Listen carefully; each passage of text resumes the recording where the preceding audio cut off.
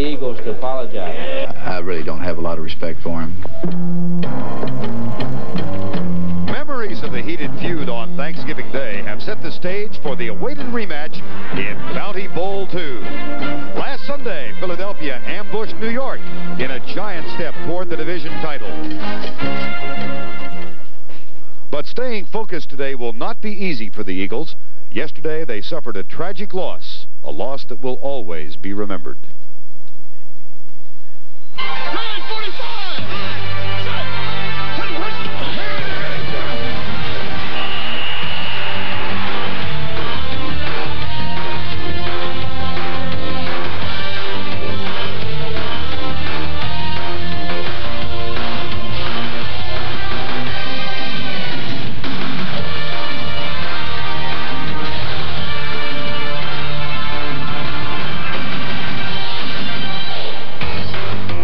Stadium in Philadelphia, Pennsylvania for the much anticipated rematch between the Dallas Cowboys and the Philadelphia Eagles. Important for the Eagles because they are currently tied with the New York Giants atop the NFC East, but they do hold a tiebreaker edge should the season end that way. Philadelphia striving for a home field advantage in the playoffs and a relatively perfect day in which to try and accomplish that. 31 degrees, but calm winds make it a relatively comfortable afternoon for football here in December. Good afternoon, everybody. I'm Vern Lundquist. There is an aura of sadness that surrounds this game for Philadelphia Eagles and their families. Yesterday, quarterback coach Doug Scoville, 62 years of age, passed away of a heart attack here at Vet Stadium. Doug had just completed a workout on a stationary bike when he walked a few feet and had the heart attack. He was pronounced dead on arrival at the local hospital. He was 62. He had been in coaching for most of his life. His relationship with Buddy Ryan goes back 22 years to 1967. Our condolences to Doug Scoville, his widow Enid, and their 3 children, as well as the other members of the Philadelphia family. My partner today again is Terry Bradshaw. Terry, a sad note, and nevertheless, Bounty Bowl 2 is here, and there's been so much hype about this rematch. Will it affect either of these teams?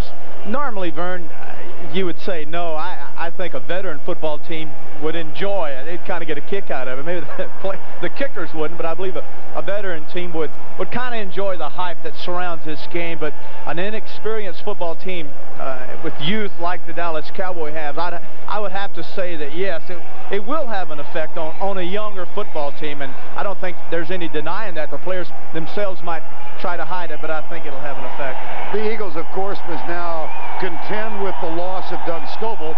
It will have an effect, and I guess it's more the quarterbacks than anybody. A tragic thing, and I'm so sorry that happened. Quarterbacks have quarterback coaches, and Doug Scoville was a quarterback coach here for Rendell Cunningham and Kavanaugh and Don McPherson. And the one thing that you have as a quarterback coach and a quarterback is the relationship, very much like a parent. Scoville was a father figure to Cunningham. He was a man that turned Cunningham around and made him a great quarterback, fundamentally sound. He was a guy that Cunningham leaned on, and now when Cunningham comes off that field, Scoville's going to be missed. The Philadelphia Inquirer said this morning of Doug Scoville, he gave the Eagles their wings. Roger Ruzek will kick off, the former Cowboy who is now living in Luis Zendejas's Philadelphia condominium. And the deep man are Ankrum and Dixon for the Dallas Cowboys. The kick is underway. This will be James Dixon. He leads the league in kickoff coverage. Kickoff returns. It's out to the 22-yard line. And here comes Troy Aikman. Out 5 weeks, of course, with a fractured finger. He suffered his worst statistical day of the season the last time out on Thanksgiving Day. 7 of 21, 54 yards. 3 interceptions. 2-A Newton. Mark Stepnoski, the rookie, gets his second start at center, joining Kerr, Gogan, and Steve Folsom. And in the backfield, Paul Palmer, Darrell Johnston, James Dixon, Cornell Burbage. On passing downs, it'll be Bernard Ford and Scott Ankrum. Derek Shepard, one of the wide receivers, inactive today with an injury. And, of course, Michael Irvin and Kelvin Martin are on the injured reserve with knee surgery. There is a delay of some sort, and I'm not sure what it is. The field clock, we are told, is... The 45-30-second clock is not operational. The time will be kept on the field by the field judge. So there it is, the 45-second clock at either end of the field, not operating.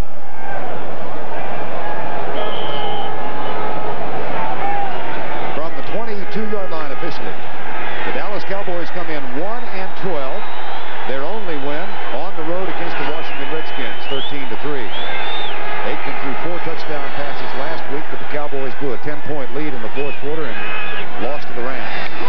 Aikman back to throw on first down. Reggie White with the pressure, and he's down.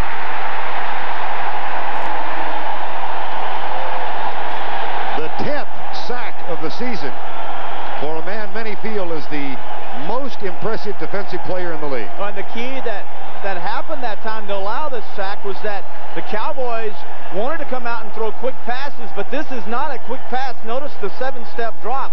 All 3 receivers went out, 2 wide receivers and a tight end, Vern, ran deep routes. Those take a long time. Deep routes play into the hands of the rush of the Eagles. Reggie White's 10th sack of the year, 49 on the season for the Philadelphia Eagles, number 2 in the league. Second down and 18.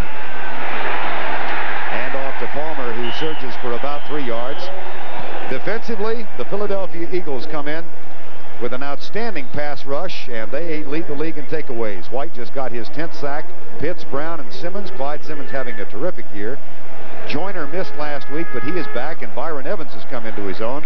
And in the secondary, Eric Allen injured an ankle while horsing around after practice yesterday, and may or may not go the distance. He is in the lineup right now, but was limping in warm-ups before the game. Junior Latossi, the former Philadelphia Eagle, in the lineup. 3rd and 14. Aikman drills it. Caught. First down at the 39-yard line. That is Bernard Ford, who caught his first touchdown catch of the season last week in the loss to the Rams. Well, it's a deep end cut. Once again, a lot of pressure on the Cowboys' offensive line, only giving up 22 sacks, so they have played well. Pass protecting, deep end cut. When you run end cuts against single coverage, man-to-man coverage, the middle is normally wide open, but you have to have time to throw the football. Aikman with plenty of time. Excellent route by Ford and the big first down. Only the 5th catch of the year for Bernard Ford. 1st and 10 from the 40-yard line.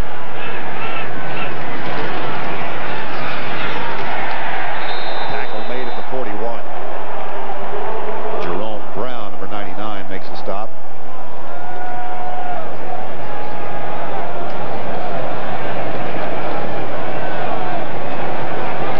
That black tape that crosses through the Eagles' wings, of course, in memory of Doug Scoville. All the players are wearing the black tape today. Second down from the 41. No score, opening moments of the game.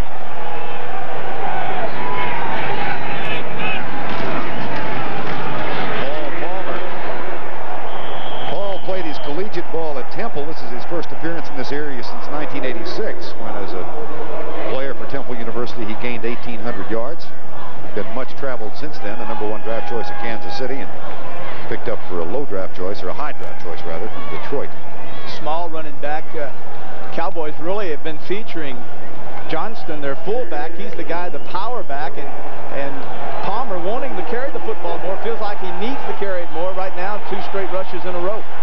3rd and 2, no score, opening moments of the ball game. 3 wide receiver set for the Cowboys.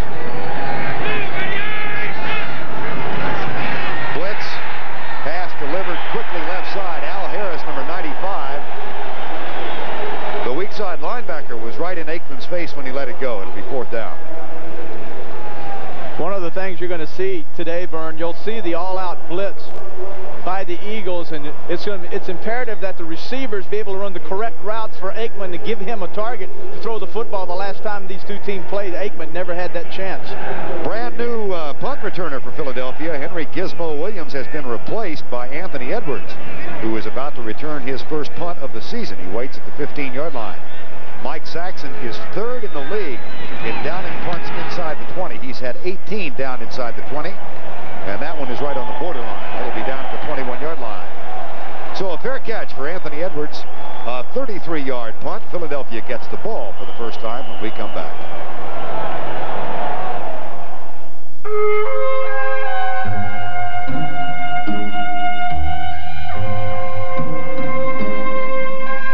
Scoreless, Randall Cunningham and the Eagle offense For the season, Cunningham with 55% completion, 17 touchdowns and 12 interceptions. And his offensive line up front, Darwin, Shad, Alexander, Soltheller, and Keith Jackson, who's been in and out with injuries most of the year. Byers and Tony in the backfield. Ron Johnson replaces Michael Quick, who's on injured reserve at one wide receiver spot, Chris Carter at the other. And Carlos Carson comes in on obvious passing downs, and a late decision. Henry Williams, whose name you just saw, is on the inactive list today, so he will not be participating. That decision made just before game time. Here's Keith Byers at left guard. He's knocked down at the 21-yard line. Defensively for the Cowboys, and it has improved now. Danny Noonan has been moved outside, the spot Ed Jones used to occupy. He replaces Tony Tolbert there. Hamill, Willie Broughton back in the starting lineup, and the veteran Jeffcoat.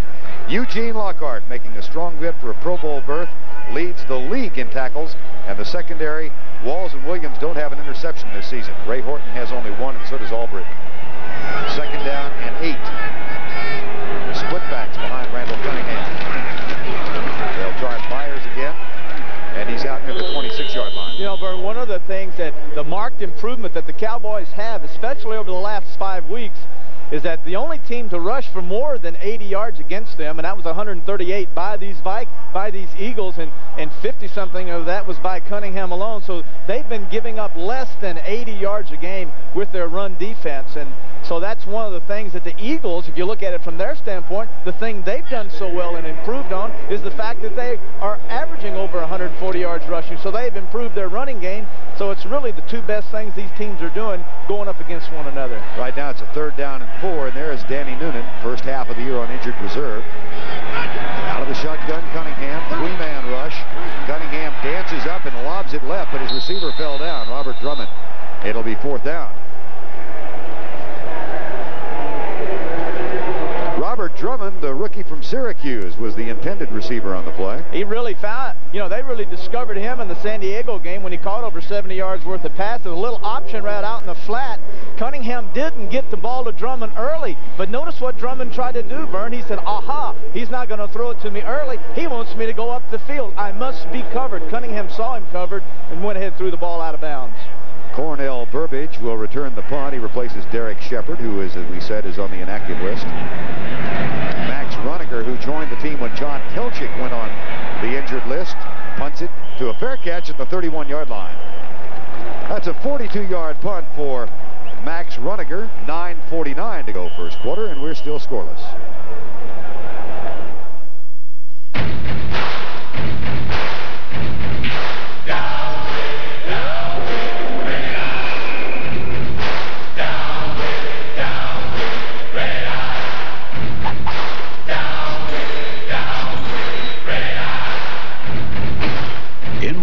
To popular demand, we proudly introduce the Nikon Teletouch 300, a totally automatic dual-lens camera that significantly reduces red eye.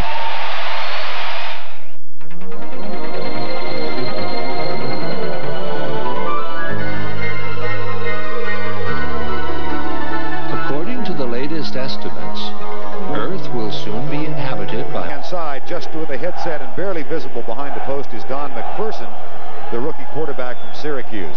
That is the spot where Doug Scoville normally sat during games, talking on the phone with the quarterbacks. And Don McPherson, who is on the inactive list, is occupying that spot today, trying to help recognize pass defenses and such. Mike Pitts has bruised his knee, and he is on the bench. Should be back before the game gets too old, but Mike Golick has taken his place. Now there's motion and flags down. Yeah, and right off the bat, Mike Golick got called for jumping off sides. Now, one of the things... Encroachment prior to the snap. Number 90 defense. Still first down.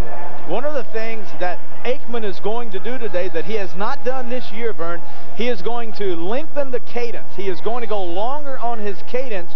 Therefore, he can read the blitz coverages. He can get people to commit, and he can then stop and then change the play at the line of scrimmage. And the only way you can do that is by having a longer cadence. A longer cadence that time caused Golick to jump off sides. Eagles 16 penalties in the last game and 13 the last time these two teams met. So here's a play fake from Aikman. Watch out from the back. Jerome Brown. That's his 9th and a half sack. And first 2 possessions. That's 50 on the season for Philadelphia. Play action affects only linebackers and sometimes safeties. Jerome Brown simply beats Mark Tuinei, the left tackle of the Cowboys. After you do play action, if no one's there, the only thing you can do is throw the football away or tuck it under your arm and run. Now, away from the ball, there was a flag thrown, and it appears to be against the Philadelphia Eagles. Jerry Seaman is our referee today. You know, I would find it very hard to do a lot of play actions against a team that rushes the passer like the Eagles. Holding number 95 defense beyond the line of scrimmage. Penalties in force. Previous spot. First down. Whoa. Al Harris. And that wipes out a huge loss and gives Dallas a first down. I wonder what Jerome Brown is saying to him, because believe you me, the front 4 of these Eagles compete against one another for sacks, and I'm sure Jerome Brown is sitting next to Simmons giving him a look. Not to say bonus clauses in the contract at the end of the year. First and 10. And off right side, that's Darrell Johnston, number 48. The Cowboy rookie from Syracuse. He and Robert Drummond, number 36 for the Eagles, were teammates on that Syracuse team. Johnston, who is really developed now the latter part of the season. He's their big blocking back, and Jimmy Johnson told us the thing that they would like to use Johnson for is he's a back that we'd like to run maybe 8 times a game, 10 times, but he's excellent at picking up blitzes. He's excellent lead blocker for our halfback. Second down and 10, no score, opening moments of the game. Second and 11. Now watch out for the blitz. Nope, they dance out of it. Aikman quickly delivers left side to James Dixon. And he's close for the first down. Izell Jenkins, number 46, and Eric Allen make the tackle. Cowboys, of course, it's been quite some time now since the Herschel Walker trade to Minnesota. In the first 5 games with Herschel, they had 294 yards, an average of 59 a game. In the last 8 games without Walker, they're up to 109 yards per game average. Almost doubled it. Not quite, but close. But then again, if you look at average attempts at rushing, you would probably get a little better feel for those yardage. That's right. 3rd and 1. Timeout. Aikman saw something he didn't like, or he was fighting the 45-second clock. So timeout for the Cowboys, and that time he made sure he signaled timeout, unlike last week against Los Angeles.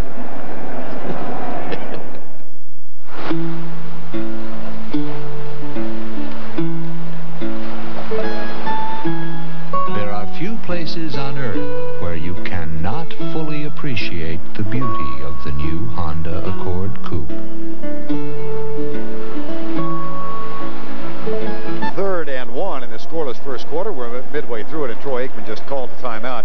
We were talking about what he did not do this time, and that goes back to the loss to L.A. last week when Aikman was trying to signal a formation, I guess, right? And the referee misunderstood and said that's a timeout. Yeah, you know, a lot of teams you'll see a lot of times you'll see teams do this, a lot of them will do this, and a lot of teams will do this, and what Aikman did was this. And then the referee, the umpire, called the timeout. This is timeout. Always has been, never has changed. This is not timeout. But the motion, very similar. Yeah. Well, trust me, the Cowboys don't do this anymore. No, he went like this time. And they've got a 3rd and 1. And they're at the line. No score. Ball at midfield.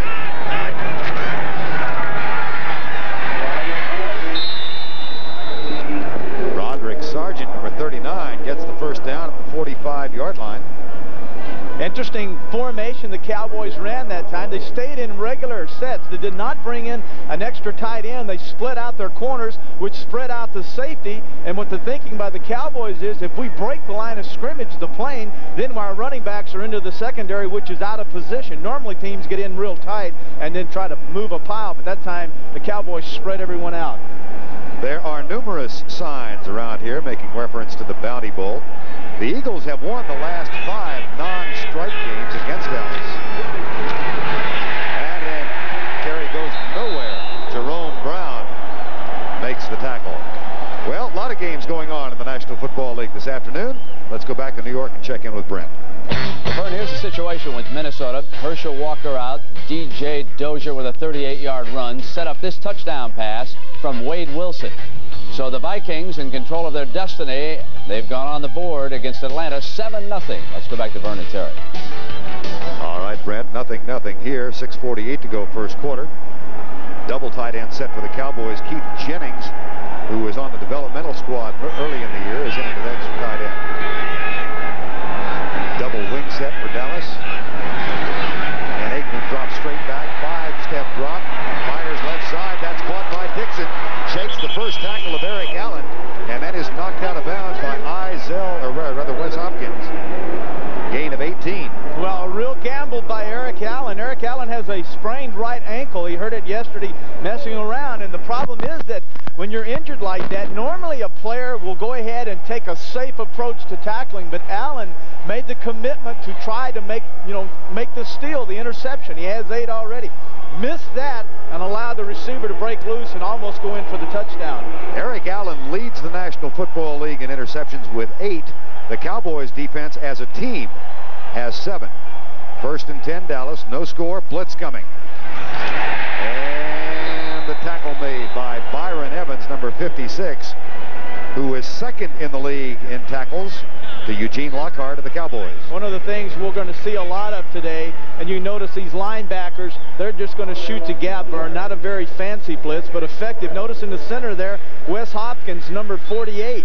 That's a key for Aikman. Anytime Aikman looks and sees 48 over the center, he should know right now that he's over there to cover the tight end for blitzes. So therefore, you need to get out of those runs and go to the passes. Split backs behind Troy Aikman, 2nd down and 12. No score, maybe encroachment on Jerome Brown. The pass is incomplete, and there are 3 flags down. Now was Brown drawn offside. Aikman took a shot. Terry asked Troy Aikman yesterday about the intimidation factor of the Eagles, and he said, I expect to get hit on every play. You know, I think he slipped up when he said, I expect to get rattled during a football game. But he said the real key is to not... Offside, number 99 defense, still 2nd down. The key is to get up and not let it affect me, but it does happen, and you have to admire someone that is very honest about it, because it is a game of emotion, a game of feelings, and you're going to get hit, and you're going to have to get used to it, and you can't let it affect you.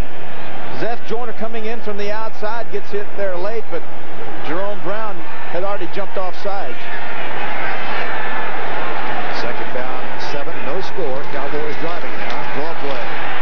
And that goes nowhere. Jerome Brown and Seth Joyner, number 59, wrapped him up. And wouldn't it be ironic if the first score in this game came from Luis Zendejas, who, by the way, is still the leading scorer for the Philadelphia Eagles in 1989. You were reading my mail, because I was thinking the same thing. Wouldn't it be ironic if Luis Zendejas had to come out now and kick a field goal? Well, the Cowboys have a 3rd down. They've got 4 wide receivers in, and Zendejas is getting ready. Claims he has a tape of Al Roberts confirming the bounty issue. His tape on his ears, too, and that's not, I don't think, to block the wind out. 3rd and 6. Blitz. Frizzell coming. Pass in the middle, a bump. Incidental contact with Everett. And Zendejas will be coming on, I believe. Notice the grip that Aikman's one of the, the only quarterback I've ever seen ever puts a finger on the laces. Notice the laces of the football are laying on the palm. He is a palm passer. He grips the football extremely hard with the palm. Zendejas, who is the focal point of all the controversy. He's 18 of 22 at Veterans Stadium.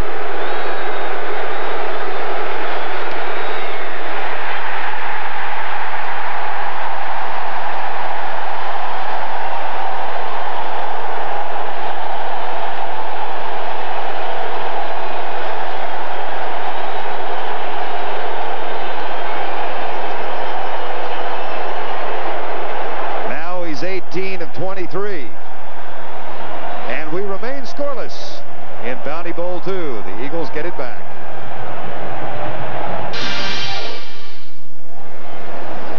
Luis Zendejas misfires on the field goal, and as it was being missed wide right, Al Jury was apparently hit on the back of the head with a snowball. And you see him now laughing and putting on a helmet. They offered him a helmet, but he got KO'd right in the back of the head and floored him right in the end zone. Hey, I was in Minneapolis in 1975 when Armin Terzian got hit with a bottle thrown out of the stands. And it lost its humor then. He was almost seriously injured. Here's Cunningham. Left side, Chris Carter. Fumble, but he was out of bounds with an 8-yard gain. Everson Walls made the tackle. Let's check in on New Orleans and Buffalo, playing up in Buffalo today. Here's Brent. Vern, they've got even more snow up in Buffalo, and it is the big shock of the day. The New Orleans Saints had scored once, missed an extra point. This time, the dump off to Dalton Hilliard, who is headed for a Pro Bowl appearance in Hawaii after the Super Bowl, and he goes 54 yards. Back to Vern. Wow, 13-0 there. Our score, no score. 4:39 to go. Byers coming to the left side, cuts it upfield, bounces off a tackle, and forces Vince Albritton backwards. Give a big man like Byers the opportunity to get outside and then square his shoulders up. The people that are going to have to make the tackles are the corners or the safeties, and this man weighs 240 pounds, and that's a mismatch. He had been in his first couple of years here, Terry, as you know so well, the focal point of a lot of controversy, articles saying Buddy Ryan had wasted a draft choice. But this year, a lot of that criticism has been diffused. He's having a really good season. And one of the reasons is, very simply, is the fact that they're running him. They're giving him the football. They're not giving up on him. First down and 10, backs in the eye. Toss left side. Here comes Anthony Toney. There's a flag down. And Toney hustles his way to a first down if the play stands. Albritton, Robert Williams collaborate on the tackle. Here's another bulletin for you. Anthony Toney is the leading rusher for Philadelphia. It's no longer Randall Cunningham. And Buddy Ryan came out and said that, you know, early in the year, Buddy wanted Randall to not lead. Now that he's not leading, Buddy comes out in the paper and says, hey, you know, we got to get Randall back up there. He's the best runner in the National Football League, and we want him leading our team in rushing. First and 10, Eagles, no score. Cunningham back across the middle, bobbled and dropped.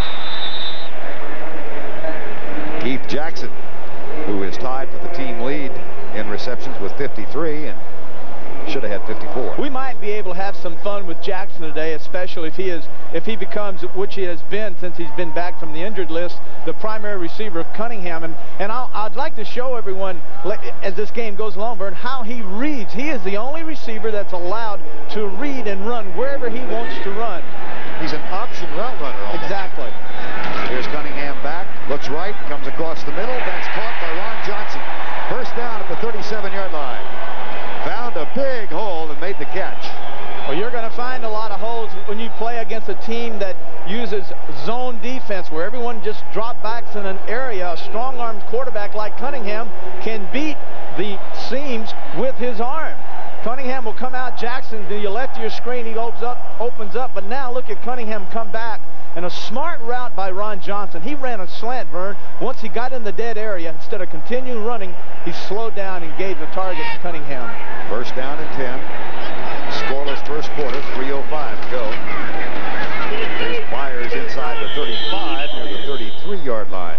You know, it's interesting what they said. One of the keys for Byers is the fact that they noticed in the film how Keith Byers was running with his head down, that he was looking at his feet. And so they talked to him, they got him aside. Look at this, you're running with your head down. Great running backs run with their head up. So now they made him aware of it. He opens up his eyes, keeps his head up, and then everything has changed for him now. Isn't it amazing that here's a man who's in his 4th year as a professional, and now they discover that he keeps his head down when he runs. But Ted Plum and the staff made that discovery. Here's a cowboy blitz. Toney goes right, cuts inside, and is knocked down at the 31-yard line by Gene Lockhart, who had 14 tackles last week and leads the National Football League in tackles, and said last night that you bet he would love a berth in the Pro Bowl. Kind of difficult to make it when you're on a 1-12 team. He might be deserving. Well, you lead the National Football League in tackling, you bet you deserve it. And the other thing about Lockhart is that he said the combination of learning to play on the flex, where he had to read the guards and the back, he said now with this aggressive style, I've combined both the flex technology and the new aggressive style. Out of the shotgun on 3rd down, Cunningham danger is here. First down, Eagles.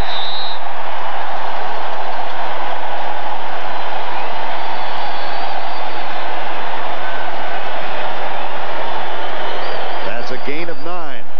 This is simple. There's no one is open. Cunningham will take the snap. He'll drop up. He'll say, well, there's the pressure. And once he feels the pressure, he doesn't look downfield for the receivers. He breaks up in the middle, and then he scrambles to run. If you force Cunningham to run and scramble to the outside, then he will pick his head up and look to throw the ball down the middle. If he runs up the middle, he runs. He doesn't throw. 45-second clock now shows 8 seconds as the Eagles hurry to the line of scrimmage. They'll have to fight the clock and go in a quick count. They do. And the handoff goes to Anthony Toney, who goes right and gets a couple of yards. And then Gene Lockhart is a part of it again.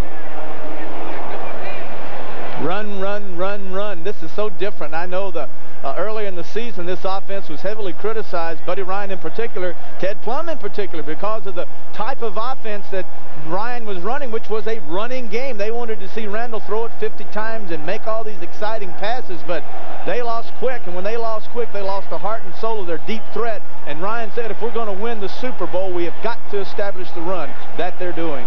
Second down and 9. No score, first quarter. Cunningham fires it short, caught by Byers. That's short of the first down as well as he gets it to the 14-yard line, and Ken Norton makes the tackle, and there's another player slow getting up, Anthony Toney, who came in with an injury. There's Byers with the catch. Byers probably, Vern, he's the threat. He's the one everyone's concerned about. Byers, more than likely, believe it, will be the one player, the one offensive player that is doubled by the Cowboys. Carter and Johnson, the 2 wide receivers, with the exception possibly of the tight end Jackson, who will also be double teamed, but the 2 wideouts won't be. 3rd and 4 from the 15, scoreless quarter. Cunningham lobs it, caught, Johnson. First down. Ray Horton makes the catch. It'll be 1st and goal.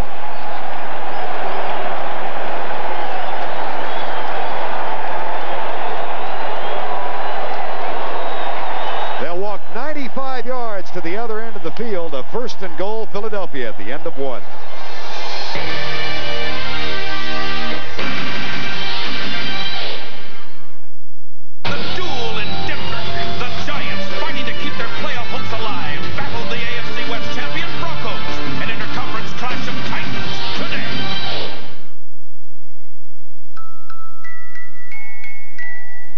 I guess Jennifer and I were like any young couple, excited knowing that we'd soon have our first child. I'm Terry Hogue of the NFL's Philadelphia Eagles, and this is All-Stars Super Bowl.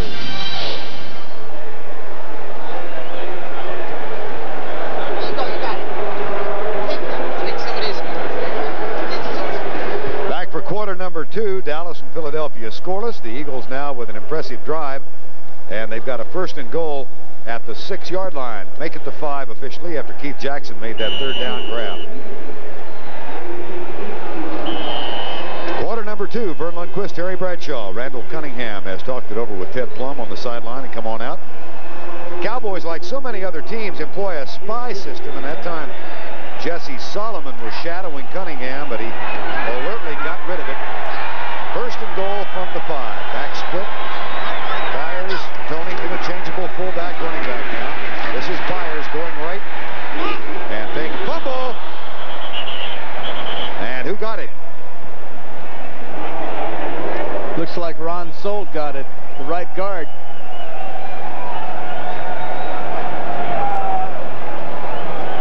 It was Ron Solt. Talking last night, Byers, we asked him, was he a leaper? At fullbacks, normally big, heavy fullbacks very seldom leap. Very seldom will you see this type of action from a big man. And the reason, very simply, is his strength is his power. When he's in the air, he loses his power. When things are going right, they really do go well. The Eagles have fumbled 16 times now in the last 4 games in a quarter and lost only 4. Here's Cunningham lobbing it deep, incomplete. Byers claiming he was held up in the end zone by Horton. There is no flag. And it'll be 3rd and goal.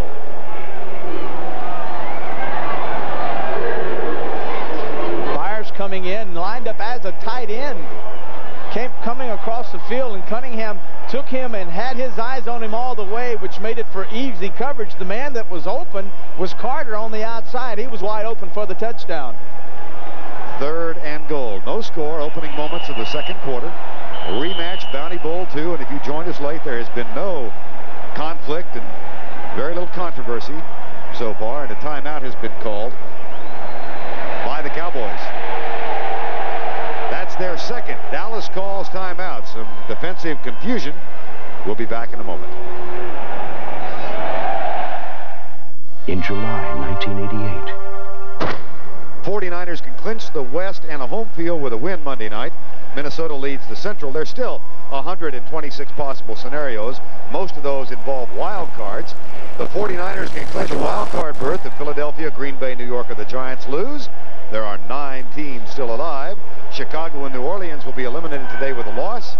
And the Giants and the Rams lead the wild card chase 9-4. Our experts in New York figured all of that out. I'll give someone a truck ride if they can name all 126 possibilities. 3rd and goal, no score.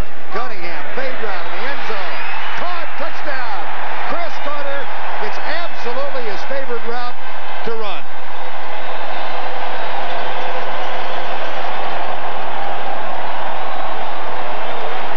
Well, he doesn't catch many, but when he does, do they count. That's his 9th touchdown catch this year. Notice Carter on the outside, lined up on Robert Williams, takes him inside, freezes him. Williams actually has good coverage.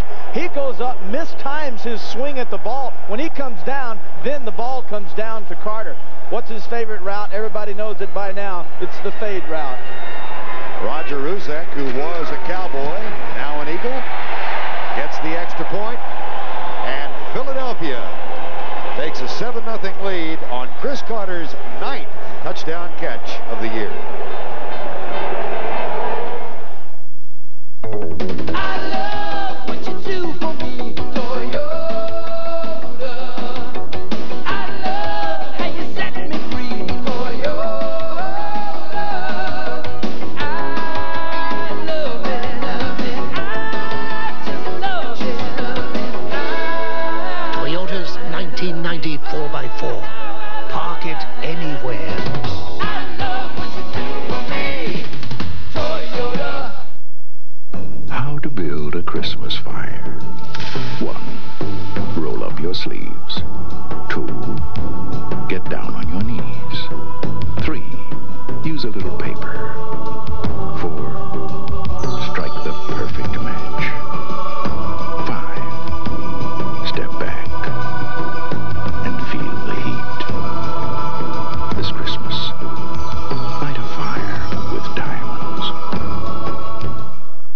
Ever since my brother Tom got this Magnavox 52-inch big screen TV, The show's gonna start. Come on. he stopped going to the movies. The picture is huge, sharp, and brighter than any ordinary TV. And I get great seats. Plus, Magnavox has a 100-watt JBL sound system. It's the same Dolby surround sound you hear at the movies. Yeah, and I don't have to stand in line in the rain anymore. Tom, it doesn't always rain when you go to the movies. Not anymore. Magnavox. Smart choice. Very smart. The Blue Demons of DePaul, the Tar Heels of North Carolina, the season premiere of college basketball on CBS Sports next Saturday. 14 minutes and 8 seconds to go first half. Chris Carter with the touchdown catch. He caught 2 touchdowns against the Cowboys on Thanksgiving Day, both on fade routes. Both on fade routes, and interesting, both of his fade routes were run from the right side and not the left side. This time Carter caught it from the left side. He last time had Everson Walls on him and got a couple on him, and then decided he'd give Mr. Williams a little taste of it and just got through putting one on him. Ruzek kicks it off, taken by Dixon. Nice run, flag is thrown, and this one will come back. James Dixon leads the National Football League in kickoff return average with 23 yards per return. One might say he's had more practice than anybody else in the league. They have returned a bunch of them. That happens when you're 1-12. And a flag. Here's Jerry Seaman. Well, you know, it's funny that that he does lead the National Football League in return yardage, but he doesn't lead him. He does not lead the National Football League in attempts. So there, you know, he's not in one. He's not even the top 5. Illegal block during the return. Number 85 receiving team. First down. Well, we've mentioned the fade route of Chris Carter. Let's go back and take a look at what exactly a fade route is, Terry. Well, a fade route is just simply when a player comes up real tight, top of your screen, Carter will take a little move, a hitch inside now to the outside, and he uses his eyes to freeze the receiver, and then he bounces for the ball. You saw Williams go up, mistimed his jump. Troy Aikman hands it off to Paul Palmer. Bounces off a tackle and gets back to the 20-yard line. Is that a difficult throw for a quarterback to make? No, it's an easy throw to make because, number one, receivers can out-jump defensive backs. Defensive backs are normally defensive backs because they are not good receivers. That's how you find out who can play defensive back. They can cover, but they can't jump. And so, therefore, the receiver, Carter, has the advantage. And as a quarterback, I love throwing the fade because there's 3. I'll show you later. There are several ways to throw it, but normally you take one step and just lay it up. Second down, Dallas. Cornell Burbage comes across. Ball on the ground, goes right. Palmer is knocked down for a loss. Reggie White. Reggie, who 3 weeks ago here first brought out black shoes and talked 4 of his teammates into wearing them because he liked the way they looked on the Colorado Buffaloes. Well, the list has grown now. Last time you and I had the Eagles, there were 14 members wearing black shoes. Today, there are 16. Randall Cunningham is not wearing the black shoes, but Reggie said yesterday, we've got them on order. The problem is, he needs them without the steel plate in them. Yeah. They aren't here yet. So we'll see if Randall wears them when they get here. 3rd and 10. Blitz. Aikman dances right, chased by Jerome Brown, wings it, incomplete. The pressure got to him.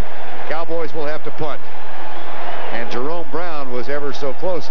He's still angry at Al Harris for having that sack taken away from him back in the first quarter. Almost got to Aikman. The thing that, the real problems that Jerome Brown causes is that a tackle to his size can take on 2 blockers and dominate them and get into the backfield, and that frees up Pitts or Golick, the other tackle. So he's extremely strong, and then he's extremely quick. Mike Saxon to punt. Anthony Edwards. Fair caught the first one. Gizmo Williams, and snowballs are flying out around Mike Saxon down in that end zone. You can see another one. Security ought to get down there. That could get dangerous if somebody loads up one of those things. Edwards at the 38. And he's back to the 48-yard line. There is also a flag back at the line of scrimmage. Well, you know, this happened in Cleveland. There's your holding on the Cowboys. But, you know, you're talking about snowballs, Vern, and this is the very problem they had in Cleveland and the Broncos and the Browns, that they forced them to reverse the ends of the field. Holding number 55 kicking team. Penalty decline. First down. So the Eagles will take over near midfield. Already today, Al Jury, the back judge, was clipped in the back of the head by a snowball thrown from that end zone. So one would hope that security would get down there and begin patrolling. Timeout. Jerome Brown, for example, the outstanding defensive tackle, played for the Cowboys head coach, Jimmy Johnson, at Miami. Johnson has now platooned his defense. He's got Isaac Holt, Jesse Solomon in. They play quarters number 2 and 4. Here's the toss to Tony, going left with Myers in front. As Philadelphia enjoys good field position here near the 50-yard line, and Ray Horton makes the tackle. You know, one of the reasons that Solomon and Holt are in, you're talking about platooning, and the reason for the platooning is a learning process, and therefore they're not quite ready to play the full 4 quarters. So what Johnson and his staff are doing is they're letting them play a quarter, kind of get the experience with the defense, take them out, let them sit around a quarter, and then bring them back. Jimmy Johnson said last night, Terry, he's learned 1,000 things that are different about pro ball from college ball. One of them is, if you don't get it done in training camp, you're not going to get it done. Here's Myers out of the tackle and breaks the tackle. Goes forward to the 42-yard line. Nice bit of running. Well, if you keep your head up, this is one of the good things that happen to players when they are tackled. If their head is up, they're able to spin off and find where the seams are. Notice there's Bates. There's Hamill, the tackle. He makes one hit. There's another hit. Now they look at the hand down, peeking up through the face mask, squirming forward to get almost a first down. But excellent job of balance. Once again, a big man. This is not a little guy, 240 pounds. 6 carries for 21 yards. Double tight end set now. Jackson and David Little, along with Jimmy Giles. All three are in. Play fake. Cunningham puts it on his hip. Goes for Byers, deep right side. Flag is down. Isaac Holt and Byers contending for it. Well, now, who will the call be on? They're going to wave it off. They got a flag, but I think they'll wave this off if it's defense. It might be on Byers. No, it's not. The other direction. Yeah, I thought they might wave it off, Vern, because the ball was going to be caught out of bounds, but evidently that's not the case. Pass interference, number 30 defense, first down. All Holt had to do was just to turn around with his head, and he would have been able to get away with the bumping and shoving. Byers out of the backfield, only one other receiver in the route, and that was the tight end David Little. Good coverage. There's the push. That may have been where the flag was thrown right there. Yeah, there it is. There was the push, back, then the catch. Can't do that. That's a first down. Philadelphia leading 7-0. They whitewashed the Cowboys 27-0 on Thanksgiving Day. Now Cunningham thinks about going across the middle. He's caught and sacked for a loss at the 31-yard line. Jim Jeffcoat makes the sack, and that is Jim's 7th and a half this year. And while we've got a moment, let's go back and check in with Brent in New York. Vern, let me update the story with the Chicago Bears. They could be knocked out of the playoffs today for the first time since '83. Bob Galliano on the option rolls in for the Lions. They lead Chicago 7-3. Bears are out if they lose. Back to Vern. Oh, what a terrible season Mike Ditka and the Bears are having. 7-0 here. Philadelphia going after its 10th win of the year. Cunningham has just been sacked, and the pass incomplete across the middle. Flag comes down again. Intended for Byers. David Howard will argue, but he's going to be called for it, I believe. Howard, number 99, another of the trio picked up in the Herschel Walker trade. See, the back judge or the field judge, neither one threw the flag, and that was in the area in which the route was run, but then the line judge picked it up coming at him. He picked it up, saw it, and threw the flag. Pass interference, number 99 defense, first down. Look right in the center, Vern, and you'll be able to pick up. There's the ball right in the center going over the hash. Now you'll see the defensive back go across the back. Notice the head go down. There's the collision, and there's the flag. That's David Howard, 99, who was called for pass interference. That's the second pass interference call against the Cowboy defense on this current drive. First and 10 Eagles. They lead 7-0. Play action. Cunningham, deep left side, incomplete. Intended for Ron Johnson. Want to have some fun? Ron Johnson runs one route extremely well, and it's the corner route. We've covered these Eagles a lot, and watch him run the corner. He runs the corner, loves the corner route. What about Chris Carter? Chris Carter loves the fade. The fade and the corner. That's the two routes you're probably going to see both these receivers run all day. Play action. What did Ron Johnson run at that time? He ran the corner down, faked the post, and head out to an angle. Now Carter, who has the only touchdown thus far, comes to the right side. Second and 10. Four-man rush by Dallas. Short drop across the middle to Byers.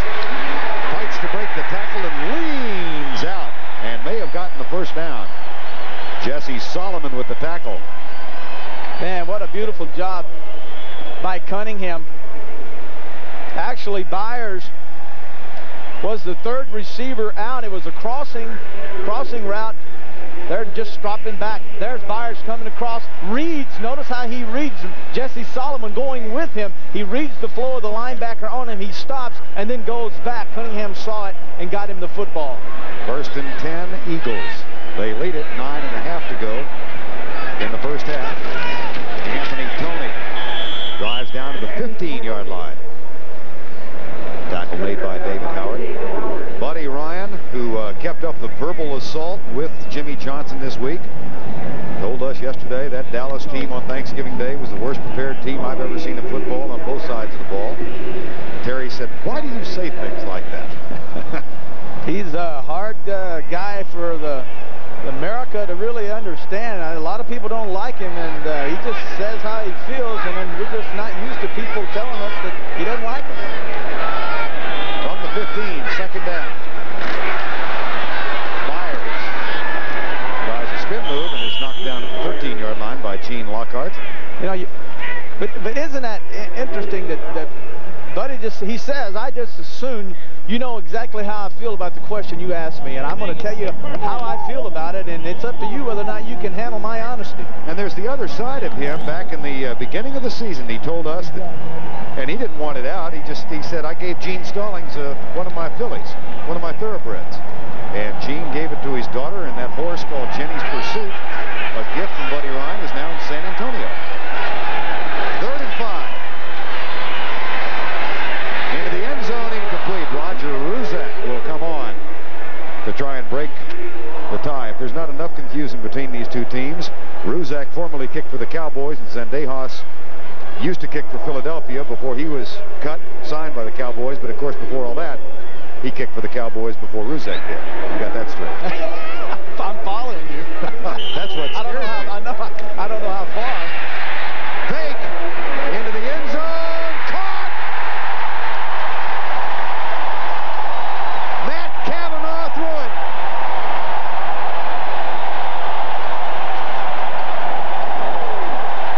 Chris Carter caught it.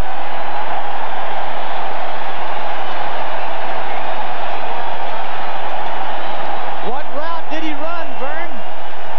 Fade route, I believe. Buddy Ryan said the only way the Cowboys can beat us is by using gadgets or trick plays, and this is a trick play that Ryan uses himself. And you saw it, folks, the fade route, a beautiful throw, and a great job by Carter to make the grab. Cavanaugh's 4th pass of the year, his 2nd completion, but the other 3 have been from scrimmage. Matt Cavanaugh, the wily old pro, and Chris Carter out of Ohio State. He's caught 2 today. You know, I bought my Toyota Camry because 3 separate mechanics, Fred, Jeff, and Kevin, told me the Camry was a really reliable car. Now he waves when he goes by the shop, but he doesn't stop. Can't believe you told him to buy such a reliable car. They were right. Just threw the touchdown toss, his first touchdown of the year. One wonders if that might not have been a little vindication for Al Roberts, the special teams coach. Buddy Ryan, the way his mind works, might have put that play in for Al Roberts, because Roberts, of course, has been in the spotlight. Supposedly, it was Roberts who called Zendejas and warned him about the bounty on his head, and supposedly Zendejas now has a tape recording of a telephone conversation with Al Roberts made after the game. This is good soap stuff.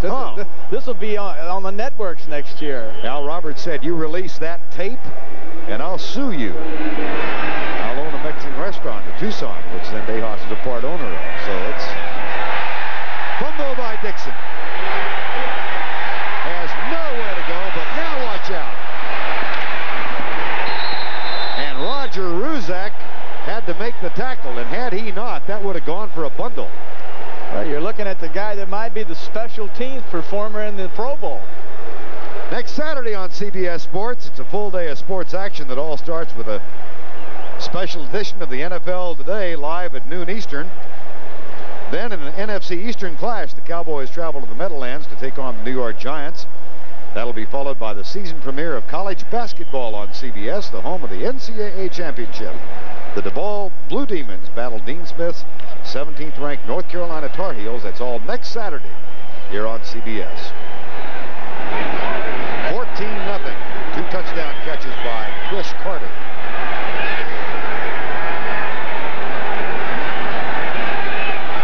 Split backs behind Aikman. Deep drop by Aikman. Flips it out. Johnson is popped, and it's an incomplete pass. Byron Evans made the hit. And now this is an emotional Philadelphia Eagle football team. Evans, Terry, has really come into his own as a middle linebacker this year. Yeah, the middle linebacker in the 46 calls the defense. He is the man that calls the lineman and the linebacker schemes. And then but Wes Hopkins, the free safety, he calls the secondary. But the quarterback on defense is number 56, Byron Evans. Out of Arizona, Troy Aikman now 3 of 7 for 49 yards. At his worst outing of the season against the Eagles on Thanksgiving Day. Quick drop. Fired out the right side to Darrell Johnson, the fullback. Tackle made by Seth Joyner. So many times what happens, Vernon, and it's very important for the young team, the young quarterback Aikman, is that you cannot panic in a situation like this, a hostile environment, a very emotional game. You cannot panic. You can't get away from the offensive scheme. You got to just stay in there and don't get out of the system. Just let it work for you. Well, Roger Staubach saw him yesterday at the Army-Navy game. I'm sure he's thrilled to death with the Navy victory yesterday, and what a great broadcast that was. Great ball game. 3rd and 7. Aikman stands tough, incomplete. And he took a shot.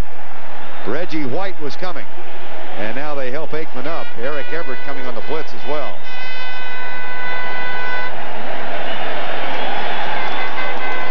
And the Eagles are going to get it back.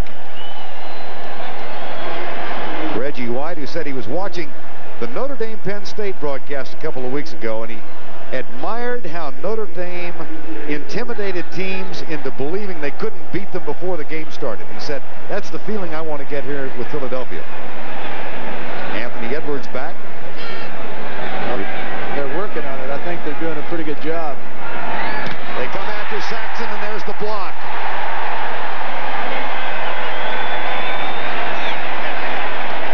Robert Drummond, number 36.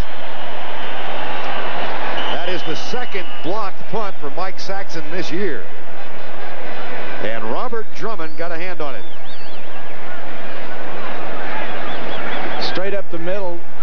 There's Saxon, steps right up inside, and I can't see the number, but it looks like it was Drummond, 36, blocks it. And the Cowboys had an opportunity here to pick this football up and tally-ho down the sideline, but instead they opted to fall on it.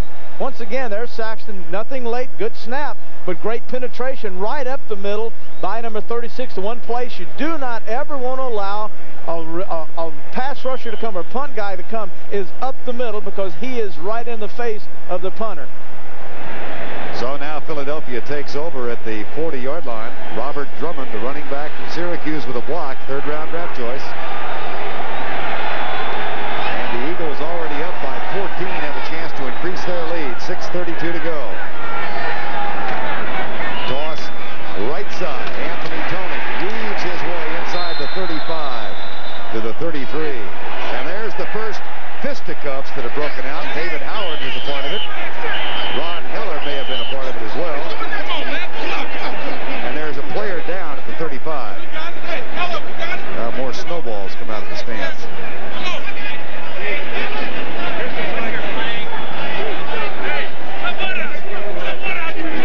Mike, oh, that's Matt Darwin. Matt Darwin, the left tackle.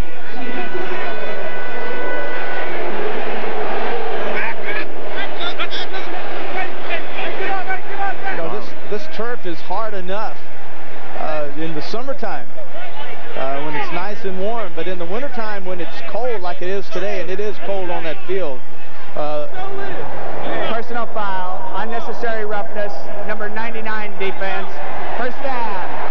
You know, you hit that turf, Vern, and that stuff is hard as concrete. It freezes, and it looks as though Darwin bounced his head. We'll be able to take a look.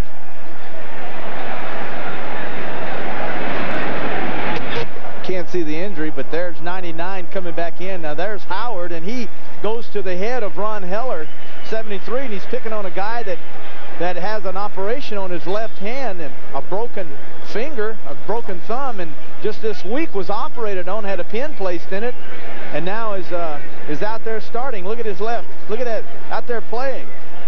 Played with it last week against the Giants without the operation, and then got it operated on and is out there playing today.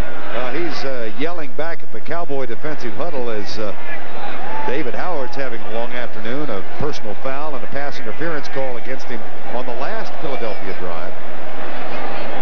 And Matt Darwin, the 4-year pro out of Texas A&M, is still down. Now he's up and walks off.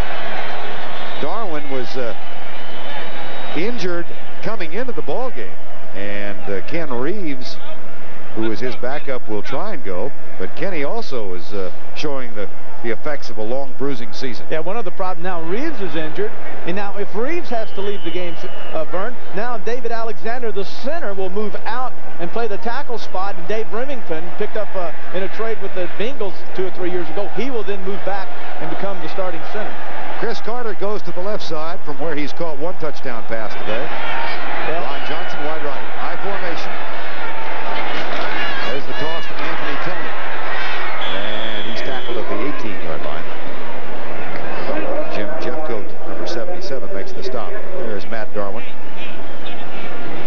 The Eagles, of course, control their own destiny now with a 9-4 record. They are at New Orleans for a Monday night game next week, and then finish out the regular season back home against Phoenix here on Christmas Eve.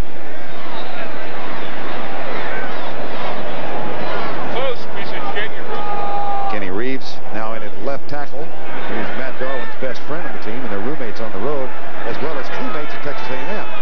Here's Cunningham back. Looks for Tony, being chased by Noonan. Nice move. And down at the 13. It'll still be short of the first down.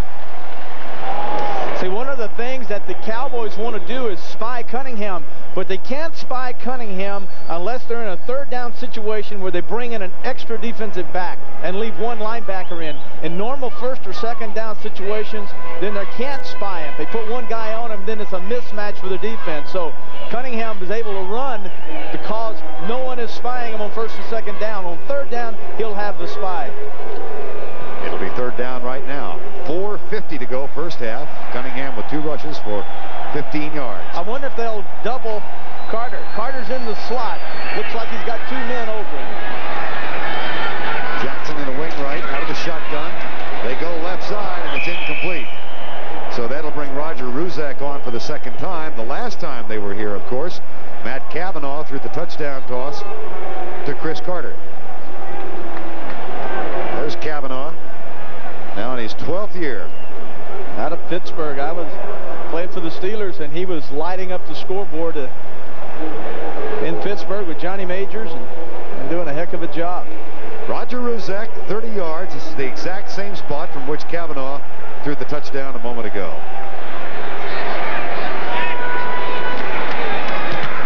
Blocked, and there's room to run for the Cowboys.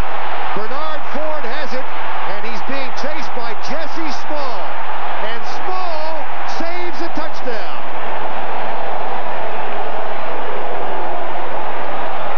It was Jesse Small's hit of Luis Zendejas to open the 2nd half Thanksgiving Day that started all the bounty business. But a 46-yard return after Everson Walls blocked the field goal. Well, we've seen a blocked punt. The Eagles blocked Saxton. Now you see Everson Walls come in. He blocks Rusik's attempt at a field goal, and now Ford. Now this is amazing. Ford is a receiver who is supposed to have blinding speed, but Jesse, as you can see, Jesse Small runs him down. Great effort by Jesse Small to save 6. And now from the 25, the Cowboys take over. There's Jesse Small, the rookie from Eastern Kentucky. 1st and 10, flag down.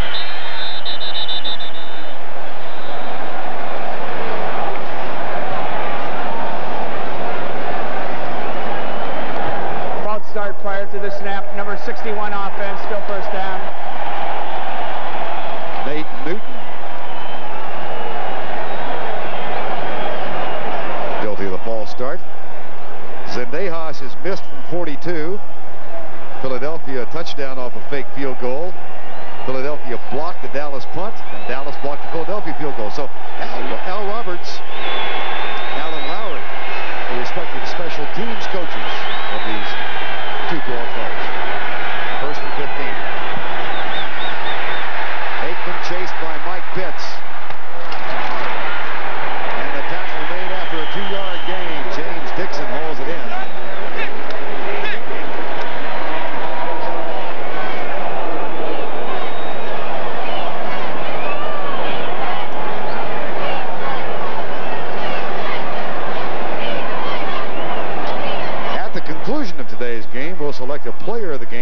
team who'll be candidates for the National Miller Lite Player of the Week honors. That's coming up in the second half. Right now, 14-0 with 3:45 to go first half. You're seeing the Cowboys go with one back set and 3 wide receivers, and the reason for the 3 wideouts is that will take the Eagles out of their 46 defense. No safety blitzes. 4-man front. There is a blitz now, and a good hot read by Aikman. He goes to his tight end Folsom to the left side. Yeah, when you have one back in the backfield and 3 wide receivers, the safety blitz will come from the slot area. And the Cowboys know this, and so they will bring out 3 wide receivers. That stretches the secondary and eliminates the safety blitz possibilities, especially up the middle. And if they do blitz, they have to come off the slot, and it's very easy for Aikman to read it. Cowboys thus far 2 of 6 on 3rd downs. Aikman is 6 of 11 for 58. He'll go from the shotgun. And again, 4 wide receivers this time. Scott Anklin joins the group.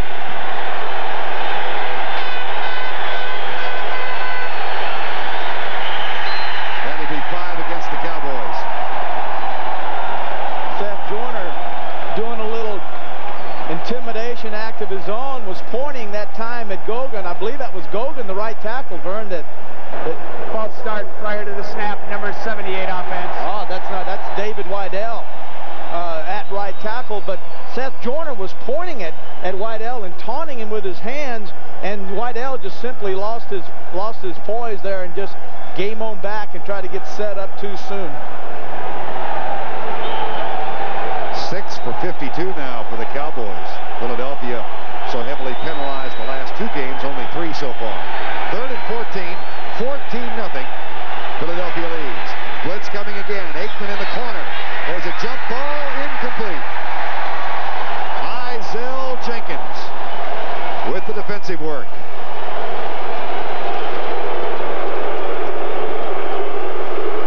This is a Philadelphia team that has 27 interceptions this year.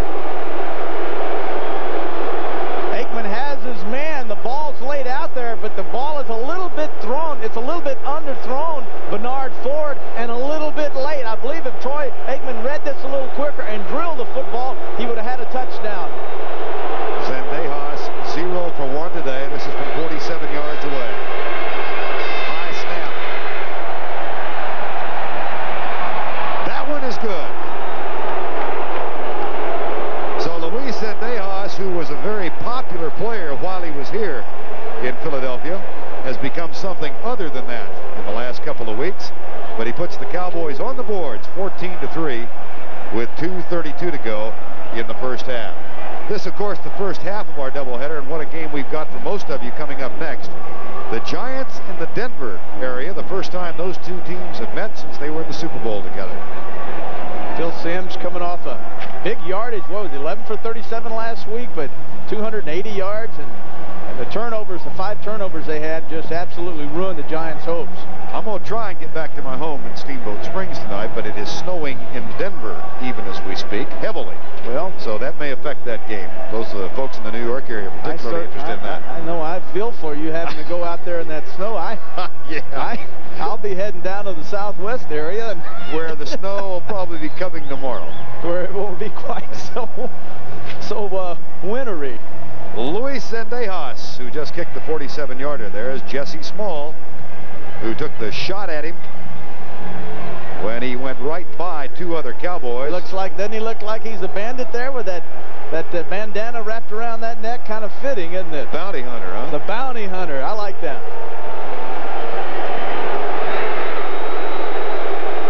I wonder if that's intentional. Well, there's an anticlimax. Ball just blew off the tee. Yeah, it's bad enough you've got 65,000 booing you. You want to get kick this thing and then sprint to the sideline, but you have to go back up and reset it now and do it all over again. Listen to the fans. Air ball is what they're hollering. I really do wonder if that's an intentional. I'm telling you, that's a bandana. Yeah, Jesse's saying, "Look at here, I'm the outlaw, man." Taken by Mark Higgs, a former Cowboy. Got a little room. Double teamed and down to the 28. Well, let's take a look at Luis Zendejas after the kickoff. Yeah, this is beautiful. beautiful. He kicks this thing real high. Nice kick. Got those old big thighs, like, well, not unlike a lot of kickers. Now, I'm going to go off to the field. I'm going to look around to the left to make sure there's no blind shots. Uh-oh, this guy's running with the ball. Well, can't get him somebody. I don't want to make, and then all of a sudden, Steve Kafusi comes up and he just says, see you later, Jack. I'm out of here. Zendejas with the 47-yarder over on the sideline. First down and 10. 14-3. Here's Tony going left. Boy, nice job of jamming it up defensively by Jim Jeffcoat. He really penetrated on the play. Well, the key on this play is Jeffcoat. If Jeffcoat stretches this play wide, then the play has to turn back up inside, and there's the linebackers and tackles waiting on him. So Jeffcoat played off the tackle, got outside, and then stopped the play. 2 minutes to go in the first half. 14-3. Philadelphia. Buddy Carter's team has a lead of 11. 14-3, and of course it is not Buddy Carter's team. That's what happens when you're looking at Buddy Ryan and thinking about Chris Carter. So you come out with Buddy Carter, or Chris Ryan for that matter. But Chris Carter has 2 touchdowns and Buddy Ryan's team leads. We understand. Help me out of this, I'm trying. You won't let me. Ollie. Second down and 13. Randall Cunningham settles for the safety valve. That's Anthony Tony, and he's knocked down at the 30-yard line. Isaac Holt makes the stop.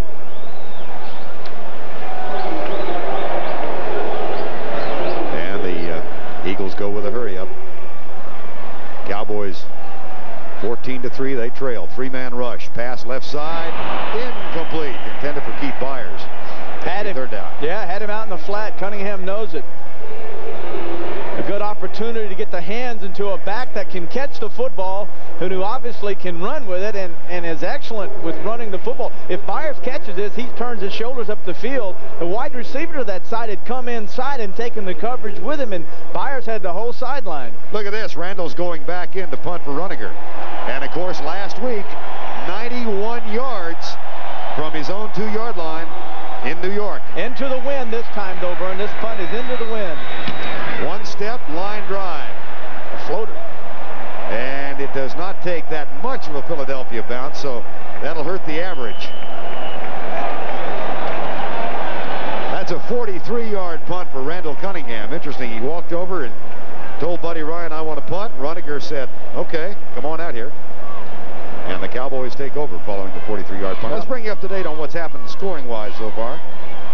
Chris Carter, a 4-yard pass in the left corner from Randall Cunningham early in the second quarter, and then off a fake field goal, Matt Cavanaugh, 13-yard pass to Carter to make it 14-0. After Everson Walls blocked the field goal, and it was returned 46 yards, Zendejas put the Cowboys on the board. 3 wide receiver set now for Troy Aikman. Good protection this time, and the pass incomplete. Folsom was hampered a little bit, but should have had it. Seth Joyner got in the way of Steve Folsom. Plenty of time, Aikman. Plenty of time. Good job by his line to give him chance. Folsom coming inside on Seth Joyner, then moving to the outside, and Seth Joyner reaches out the very last moment and got the hand on it, knocked away. A route very much like we saw earlier when we saw Byers move inside and then move back to the outside. Same route, just this time by a tight end. Second down and 10. 1:21 to go before halftime. Aikman is 6 of 13. Sacked once officially. Another was wiped out by penalty. Blitz. Andre Waters coming. Aikman scrambles right. Chased by Waters. Delivers it incomplete.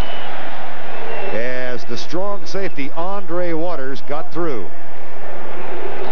Straight up the middle. Waters, number 20, will come up and just takes a peek. Notice how he just comes up, trying to time. But once again, notice 34, Terry Hogue. He is in the center, and Aikman's looking right at him. Another key that this is the safety blitz.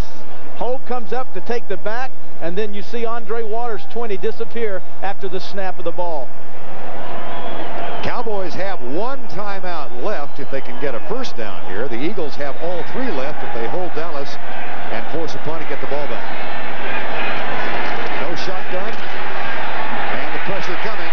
Aikman sacked. Golick got him. That's only his 2nd of the year. Yeah, but when you play with Reggie White and Jerome Brown and Clyde Simmons, and you come you're going to have opportunities for sacks.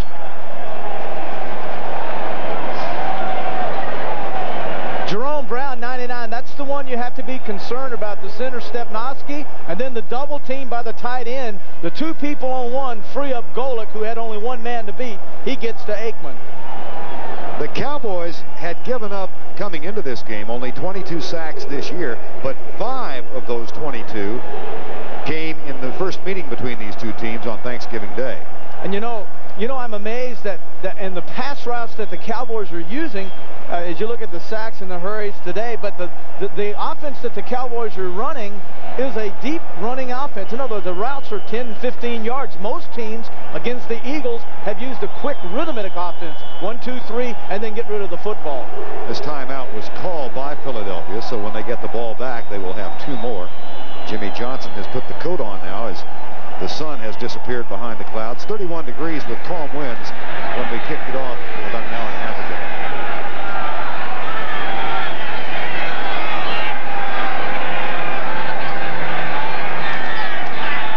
Here's Saxon. Goes right off the helmet of Anthony Edwards. That's a free football, and it's still free. I think Philadelphia came up with it. Robert Drummond recovered it. Well, they benched Henry Williams as a punt returner because he had a proclivity for running away from the ball and not making the catch. This time Edwards stumbled and hit him on the helmet, and Drummond saved a big turnover. Drummond making himself known today. A blocked punt earlier, now an opportunity to come in and make the save. But this ball, man, this is dangerous. Instead of trying to pick the ball up, what you want to do is fall on it. You don't try to advance it, just fall on it. And the Cowboys, in their anxious moments to get it in the end zone, gave it back to the Eagles. First down and 10, Philadelphia. They have 2 timeouts left. Cunningham in the shotgun. 14-3. Eagles lead. Left side, caught by Myers. Screen pass. Tackle and knocked down. Beautiful job. I mean, you got 2 blockers leading on that screen, and then Manny Hendricks, number 45, goes in between them and makes the stop. Coming up at halftime, Brennan Erb with all the scores, highlights, and the latest information. And Dick Butkus with the story of the Broncos running back from Alabama, Bobby Humphrey, whose legs have taken the pressure off John Elway's arm. That's all coming up at halftime. And among the things that Brent Erb will be talking about, how about this, Terry? Steve Largent of Seattle has now set a new National Football League record for touchdown catches, and even 100 in the Seattle game with Cincinnati. That's a bunch, but I got him by 100. Yeah. You threw 212, yeah. I know. Isn't that amazing if you think about it? All the great receivers have played in the National Football League. And I remember when Largent came in, the Seattle was the expansion team, and they did all that crazy stuff, and they had the little left-handed quarterback, and Largent was catching all these passes. No one thought he could play. He was actually cut by the Cowboys. Right. And then picked up by Seattle. Houston, he was cut by. Yeah. Anyway, congratulations, Steve. Second down. Here's Cunningham back. Caught. Yes. Ron Johnson. Johnson is the one speed burner. On the outside, Robert Williams. Notice that Williams never does turn his shoulders. He anticipated the fact that Ron Johnson, 85, was going to come back, and he said, I don't believe you're going deep. But he still gave Johnson enough cushion for Johnson to make his stop. And then with that kind of arm Cunningham has, it's a mismatch, and he drills it in there. First down and 10. Now they're going to replay it, I think, and see if Johnson... Is that what this is about? Let's see. I would imagine it is. Unless you see Cunningham pointing at the clock.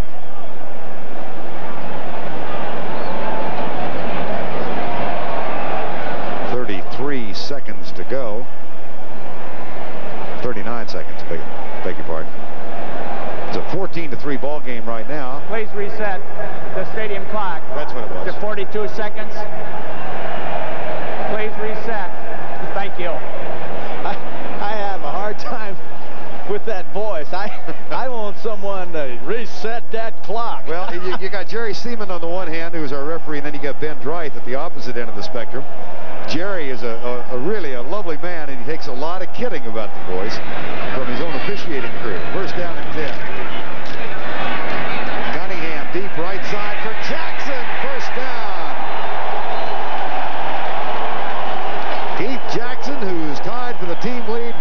3 catches. That one of 21 yards. What's so great about this is the fact that if Jackson does catch this, his momentum takes him out of bounds, so it stops the clock anyway. There's the throw.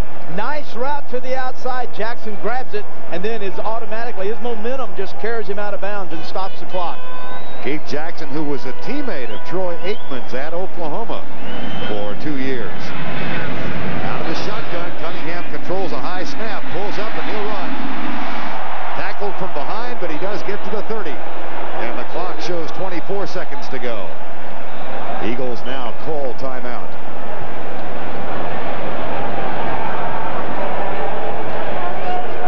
Where were the spies? No spy that No time. spies. This is the one time where the success that Cunningham had throwing deep to the outside may have taken away the spy. They're feeling that he can't run it down there and beat us. He'll have to throw it. So therefore there was no spy, and now Cunningham runs it. Man, you never know, do you? It's been kind of curious with the clock problems here to Terry. The 45-second clock wasn't operating, but take a look at this. That is the clock behind the Eagle bench. It says the time is 2:32. Now how about behind the Cowboy bench? Whoops. There you go. You travel from this side to that side, and you lose a couple of minutes. Well, it's a time zone thing, maybe. Yeah. The left side, they're on Eastern time over there. Exactly. This is Western Eastern time over here. So we got 2:31 in Eastern Philadelphia, and it's 2:33 in Western Philadelphia. Now this is a chance now where Cunningham is having success throwing to the outside. One area that will not be there will be the post, so it'll be interesting. Will he throw to the outside again? Knocked down, flag there. Everson Walls. That's the third pass interference call on the Cowboys in the first half. Pass interference, number 24 defense, first down. Everson, who has not made an interception this year, has led the league in interceptions 3 times in his career, but zip in '89. Jackson takes his man deep, and then Walls goes over the top of Byers. Cunningham throws the ball so hard. I got to believe that he is the one responsible for causing Everson Walls to come in early, because he says, I got to get there quick, because Cunningham drills it so hard. That time he beat Cunningham to Byers. Cunningham 10 of 17 for 95 yards. Eagles are out of timeouts. Here's a 3-man rush. Cunningham deep left side. Overthrows Ram Jansen.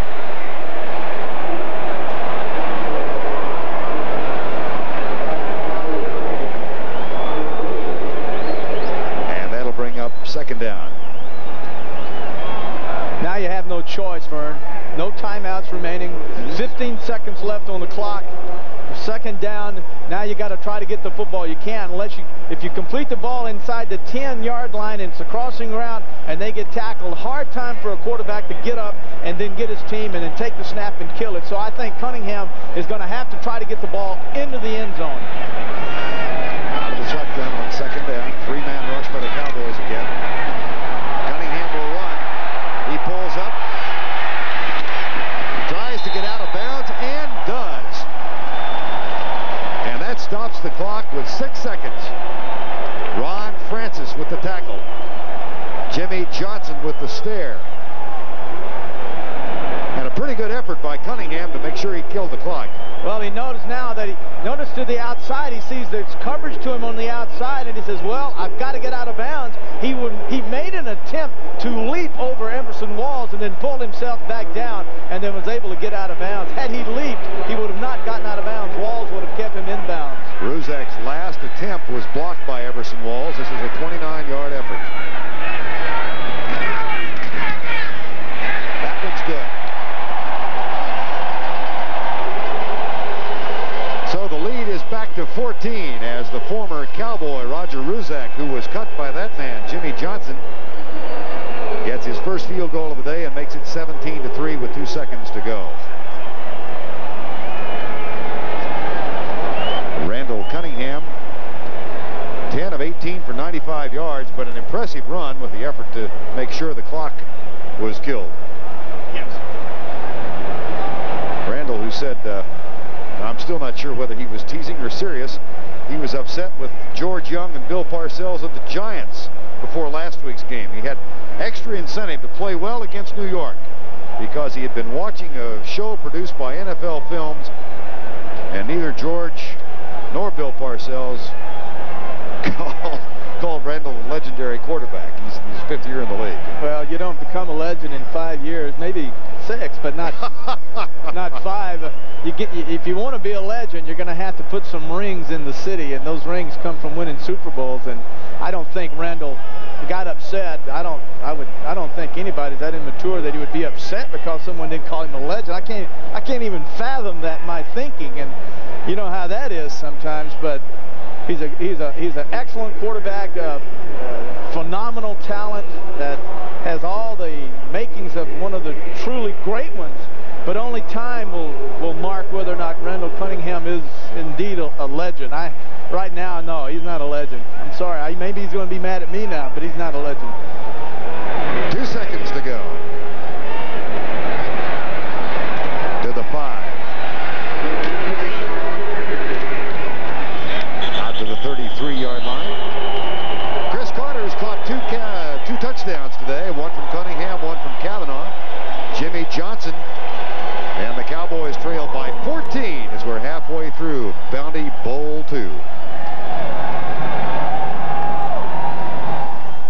The Eagles, with 2 touchdown passes, one from Cunningham, one from Kavanaugh, have a 17-3 lead over the Dallas Cowboys here in Week 14. One of the techniques that teams use to try and defense Randall Cunningham because of his scrambling ability is called a spy technique. Now, the Cowboys are using that same thing. We've got a pretty good example of how they go about it. Yeah, they're taking a linebacker in some cases, especially in the nickel, or when they bring in 5 defensive backs and take out a linebacker, they'll use either a back or a linebacker, and what he'll do is get in front of Cunningham, and when he goes to the left, he goes to the left, and to the right, and vice versa, and they follow him all the way. I'm going to show you. Notice that in this sequence here, you're going to notice 54, Jesse Solomon, and notice that Bates, the free safety, will both take a bead on Cunningham. Watch how they react to Cunningham. Cunningham in the shotgun.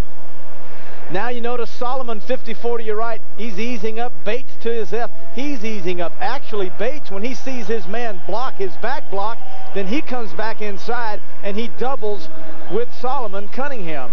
Notice that. No way Cunningham can run with the football up the middle with a guy spying him. That's why it's designed. That's why it's called a spy. Called a spy technique. We even saw a couple of weeks ago here the Minnesota Vikings use Al Noga, a defensive end who lined up at a nose tackle spot. He became the spy. So different people for the same purpose. Cunningham at halftime, 10 of 18 for 95 yards. Troy Aikman, 6 of 14 for 58 so far. Cunningham has thrown the 1 touchdown, his 18th of the year. Aikman, neither quarterback has thrown an interception so far. As a matter of fact, no turnovers in the ball game, no fumbles lost. We've had, of course, the blocked kicks. Randall Cunningham, who has posted modest numbers this season, and in part that's because of the emphasis on the running game that Buddy Ryan and Ted Plum have designated as important for Philadelphia. Cowboys will kick off to open the second half. Luis Zendejas, who has a 47-yard field goal, the only Cowboy point so far. Mark Hicks is the middleman of 3 deep.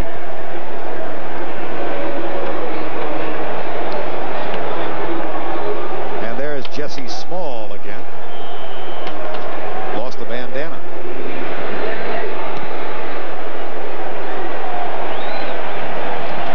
At the 11, Mark Hicks.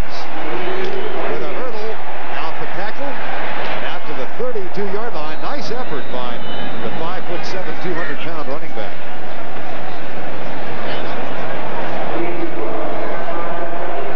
In the first quarter, these two teams played on more or less an even keel. Total yardage just a 21-yard advantage to the Philadelphia Eagles. No points. But in the second quarter, 1 yard for the Dallas Cowboys. 1. And they got that field goal after blocking a field goal attempt by Roger Ruzek. A return of 46 yards. Bernard Ford dragged down by Jesse Small. First and 10 Eagles. They led 10-0 at the half. In Dallas on Thanksgiving Day. Gene Lockhart makes yet one more tackle on Anthony Anthony Tony. Lockhart said yesterday that one thing that it's been a very, very long year for this team, obviously, when you're 1-12. And he said the one thing they wanted to do today was be competitive because we don't want to be embarrassed. And he said, believe me, Buddy Ryan will embarrass you if he gets a chance. 2nd down and 9.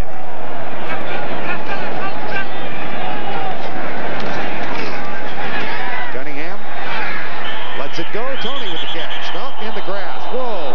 Oh. And now, Terry, the floor is yours. Don't you love the rule? Thanks.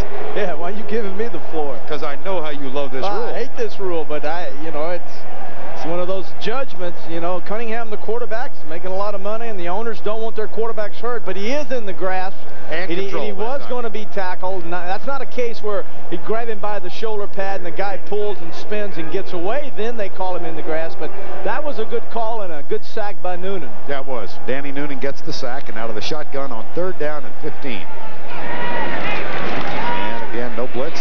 Solomon is the spy. And he's looking at Cunningham. Steps up. The pass caught by Jackson. And Albritton runs him out of bounds. Right in the face of the spy, Cunningham pulled up. Well, we saw that in the first quarter in the face of Solomon when again Cunningham pulled up and then threw the ball, and Jackson then made a great catch. And boy, this is a heck of a catch. I mean, just a heck of a catch. Ron Francis, the corner, turns him loose to Albritton. Jackson over the middle. Notice he notices that Bates pulls underneath and covers him underneath, so he just goes to the open area. He has the option to run wherever there is an opening. Cunningham pulls up. Excellent job by Cunningham, but a beautiful catch, one-handed catch by Jackson. Jackson 3 for 57 today. Been injured much of the year. There's a play fake and Cunningham on the roll. Gets a great block from Alexander, his center, and then slides down at the 38-yard line, short of the 1st down. What a terrific block as Alexander peeled back and got Dean Hamill out of the way. Wouldn't you just hate to be a defensive coordinator and have to defense this? I mean, look, you got a guard pulling one way, you got a guard and a tackle pulling the opposite. Actually, they pulled the wrong way. That was a mess up in the line blocking. Cunningham on a play action. The first guy was covered, no one there. Linebackers go deep. You run with the football, drive you crazy. Cunningham now, again, the season leader in rushing yardage. He's got 44 today. 3-step drop. Lets it go for Tony. And the Cowboys converge on him, but Tony whispers his way out of bounds, short of the 1st down at the 39-yard line. Anthony Tony, who a year ago here in a come-from-behind victory over the Cowboys caught the winning touchdown with 10 seconds to go from Randall Cunningham. In that game, Dallas jumped out to a 20-0 lead, only to lose to the Eagles 24-23 as Cunningham drove them 90 yards in the last 2.5 minutes. As we said, Philadelphia has won the last 4 games and the last 5 non-strike games. The only victory in the last 6 games was 41-22 in 1987, the strike season. 3 tight ends in on 3rd and 1. Timeout, Eagles. So there's one of their 3. 12:54 to go in the 3rd quarter of play. Eagles are driving again. They've got a 3rd and 1 with a 14-point lead. But it has cleared up once again, and they've enjoyed themselves. 17-3. A ball game much hyped. Snow fell a couple of days ago. It has cleared out today. No wind, though, so it's relatively comfortable. And the Eagles up 17-3. Vern Lundquist and Terry Bradshaw. 3rd and 1. Same formation. You wonder what happened. It could be a misunderstanding. This could be a play action, Vern. Motion, and that'll be a false start.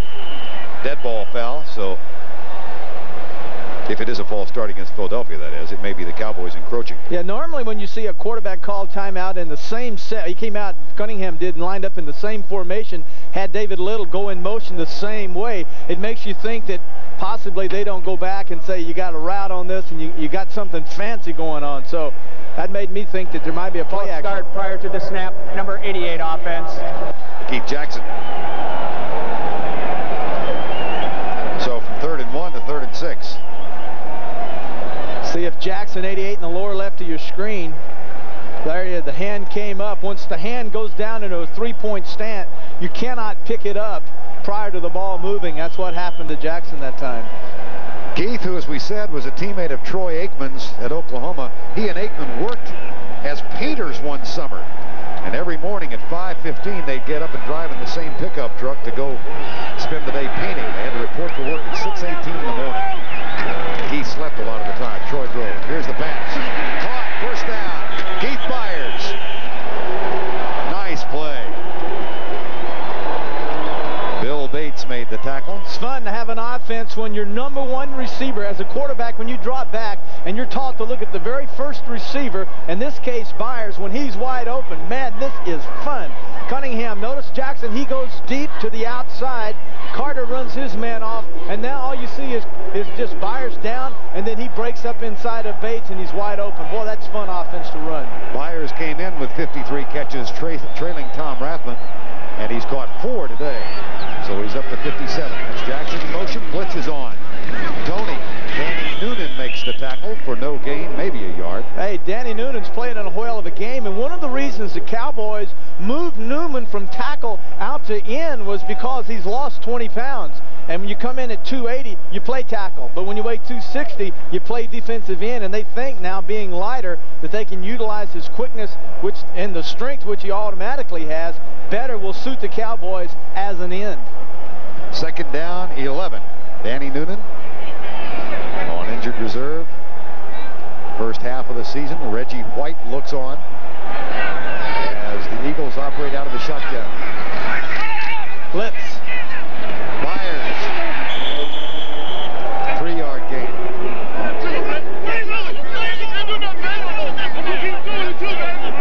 Bates and Byers are not ordinarily the most vociferous of players. This time they become such. Nice word. Good word. You like that? Yes. Little teaching. Linebacker disappears. Byers noticed the linebacker that was covering him doesn't cover him but runs by him to blitz. He saw the blitz. Now the read for Byers is when the man covering me runs by me, I break out for a blitz control because Bates, 40, he has to cover me. Third down. Shotgun formation. 4-man rush. Solomon spying again. Cunningham motions deep left side for Byers. What a pop! Incomplete. Manny Hendricks delivered the blow. Great reaction. Excellent time. Great pass blocking. And then Cunningham moving Byers, directing Byers, who got free.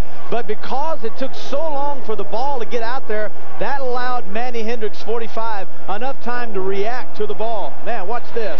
There's the movement by Cunningham. Oof. Hendricks makes it an incomplete pass, and that sets up a 46-yard Ruzek field goal attempt. He's perfect as an Eagle. Hasn't missed since he replaced Luis Zendejas as the field goal kicker in Philadelphia.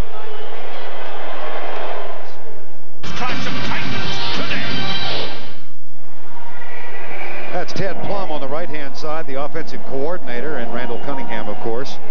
Ted, who has, at least for the moment, assumed some of the responsibilities held by Doug Scoville, the quarterback coach who passed away yesterday. Randall Cunningham now 14 of 23 for 138 yards. He has thrown 1 touchdown.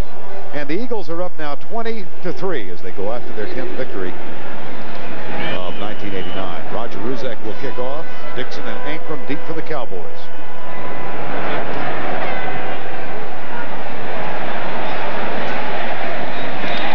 Oh, that's a free ball into the end zone.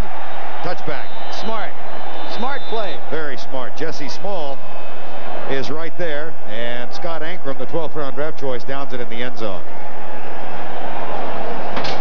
We have been joined in the booth by the new commissioner of the National Football League, Paul Tagliabue, who took over from Pete Rozelle this year and is a guest here in Philadelphia. Paul, it's good to have you in the booth.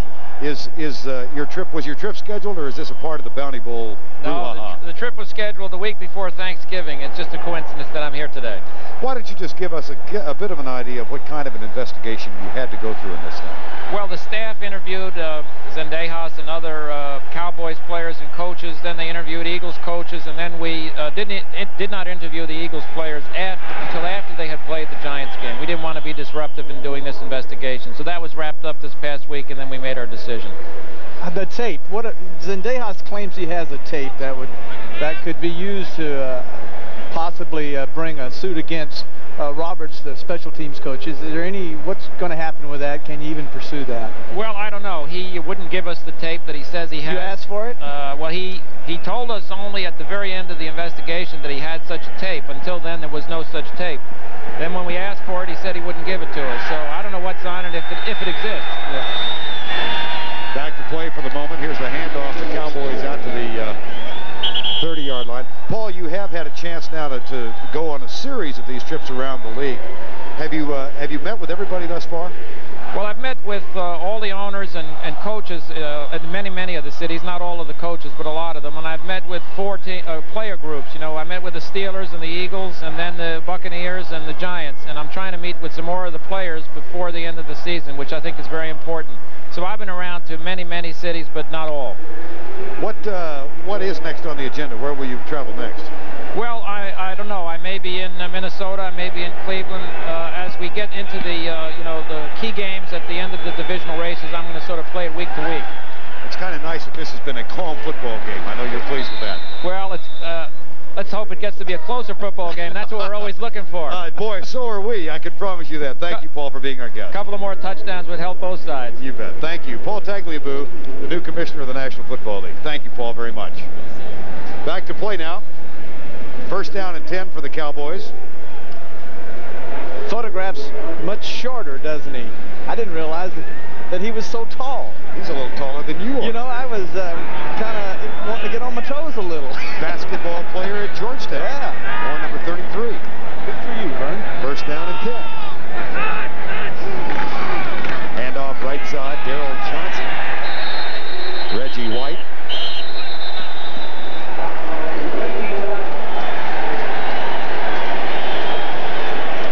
What a man of quiet dignity Reggie White is. He's moving back to Knoxville, he said, Terry. Going back to Tennessee and get back to his where he went to the University of Tennessee. And of course, I know Johnny Majors there, and he was telling us some stories that I couldn't use, but one of them was about how he used to pretend to be a dog when Johnny had his foot stuck out of a car, and he ran by and grabbed him and barked like a dog, and Majors about tore the place apart, but going to go back home. Second down and 10, play fake. Aikman darts to his right. Got some room to run. Does so out of bounds. Chased there by Seth Joyner. And a flag.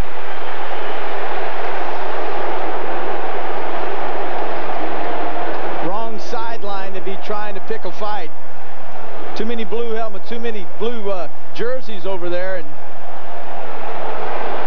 Aikman's intent now is to stare down Seth. Now he's out of bounds. And then the right hand to the back of the head. He can't do it. I mean, personal foul, unnecessary roughness, number 59 defense, first down. All right, that's just on the shoulder, but the point was that Aikman had taken a step out of bounds, and once he goes out of bounds, you know how they protect these quarterbacks. You're better off just pulling up. Just keep your hands off of him. You're not going to get anything but a personal foul, and that's exactly what happened. Troy Aikman runs that time, and then the 15-yarder for a first down. 5 penalties on Philadelphia. Aikman now 7 of 15 for 64 yards. 4 touchdown throws last week in a loss to the Rams. Wide receivers left and right on first down and 10 from the 43. And off to Broderick Sargent. Good defense by the Eagles. Vern, one of the things that Aikman pointed out to us was that this Eagle defense was a hard team to get a picture of. you can't get a grasp of exactly what they're trying to do defensively. He said against the Miami Dolphins, it was very easy. You could see it. Last week against the Rams, it was very easy. You could see it. But against the Eagles, you don't have any idea, because what they show you on film, they will change that the following week, and you have to adjust on the football field. 31-year-old Jeff Fisher, the defensive coordinator of Philadelphia. Second down and 9. 20-3, Philadelphia. Split backs behind Aikman. Clyde Simmons puts a hand on him, but Aikman delivers the ball across the middle, and Paul Palmer has a first down at the 30-yard line. Izell Jenkins with the tackle. And it's a first down, Dallas, as they try and climb back into the ball game. You know, something we haven't seen the dash package that a lot of teams use against the Eagles. The dash package, all that is the quarterback will take the ball and then pull out and then sprint deep to the outside. And while he's sprinting, he reads the receivers in the coverage and either throws on the run or pulls up and then throws. But so far today, we haven't seen the Cowboys do that. First and 10, Dallas at the 29. Timeout, Dallas. Aikman trots over to the Cowboys sideline. Babe Laufenberg a part of the picture. It's 20-3. Third quarter, Vern Lundquist, Terry Bradshaw here. The Eagles leading the Cowboys 20-3. Dallas with a first down and 10 just inside the 30.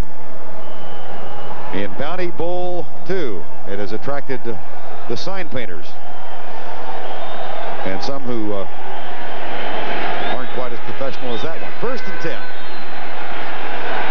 Longest drive of the day for the Cowboys. They had only 1 yard of offense in the second quarter. Cornell Burbage starts in motion, followed by Eric Everett, number 42. Motion. Whoops. Hang on. I can't believe that wasn't whistled dead before. No. That's got to be a dead ball foul. They'll call this back. Seth Joyner was so off. He was so offsides, it's ridiculous. That's got to be a false start or offside, either one, but it's got to be a dead ball foul. Offside, defense. Thank you, Jerry. See, once again, we said earlier, Aikman in this game wanted to go to longer cadence, and here's the reasons why. There it is, longer cadence. Teams that are extremely aggressive with their defense normally are people with personalities that are quick to strike. And so therefore, you go longer cadence, people that are quick to strike lack patience, and they can't stand it, and away they go. They just can't wait. Seth Joyner, man who loves to play this game, is just pawing at the ground like a bull waiting to get at Aikman. He got there a little bit too soon. That looked like beach volleyball for a moment. First down and 5. Aikman, who grew up throwing the football in Henrietta, Oklahoma, will throw it on first down, puts it on a rope, and that's going to be good for another first down for the Cowboys. The catch made by Cornell Burbage. Troy Aikman said he's got a distinctive style. Every quarterback, I guess it might surprise some folks, throws the ball a little bit differently. Jerry, show us how Troy throws it. Well, Troy, you use the seam as a way to grip the football. But Troy doesn't use his fingers on the football. He takes his palm and wraps it around the ball, and the only thing that touches it is this knuckle. Look at this. Just this right here, and look at all the white down there, and he squeezes it hard, tries to keep a little pocket. Most quarterbacks have a pocket under there, but with Aikman, it's palm. He palms the football and rolls it off his hands. He palms it this time in a double coverage deep left corner, and that is an incomplete pass. And Andre Waters and Burbage go after each other.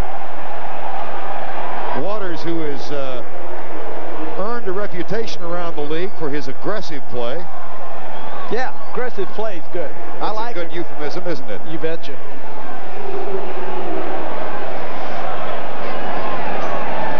We'll find out here exactly what. Okay, there's the shot. While we saw it looked like Burbage, there might have been a kick. Burbage going out of bounds. There's the push in the back, but this ball can't be caught, and there's the kick. Nothing wrong with that. That's just good defense. Second down and 10. Back split, play action. Aikman, Johnson, got a clear path, touchdown Dallas. Great call.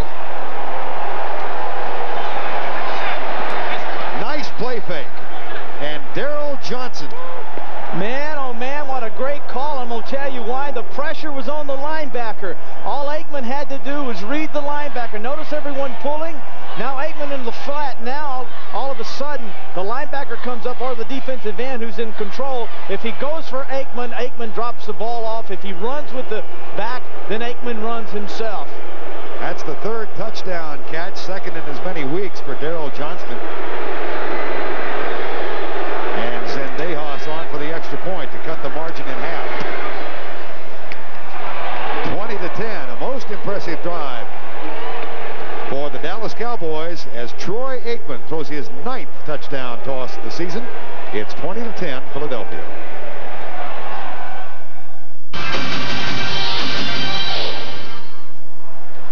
A little smile on the face of Troy Aikman, who's just thrown his 9th touchdown toss. Of course, he started his career at Oklahoma, broke his leg, sat out, then transferred to UCLA, where he wound up.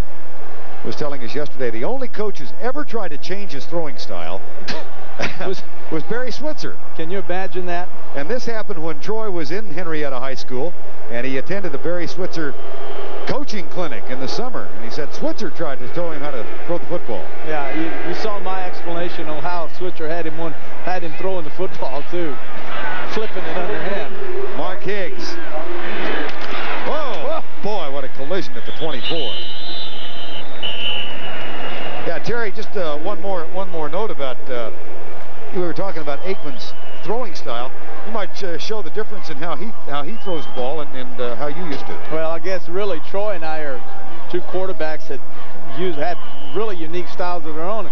While he palms the football and throws it like so, I put my fingers. This is Aikman again, like this, and then I threw it like this. So it was. What's the weirdest one? Really, we're both a little messed up, I guess, but whatever works. And he has used that motion all his life. And when he went to Oklahoma and Switzer tried to change him, they were going to go to the I back, and that's the reason he went there, was to throw the football. And Switzer recruited Jackson, Keith Jackson, the same way by telling him we'll go to the I, we'll throw the football.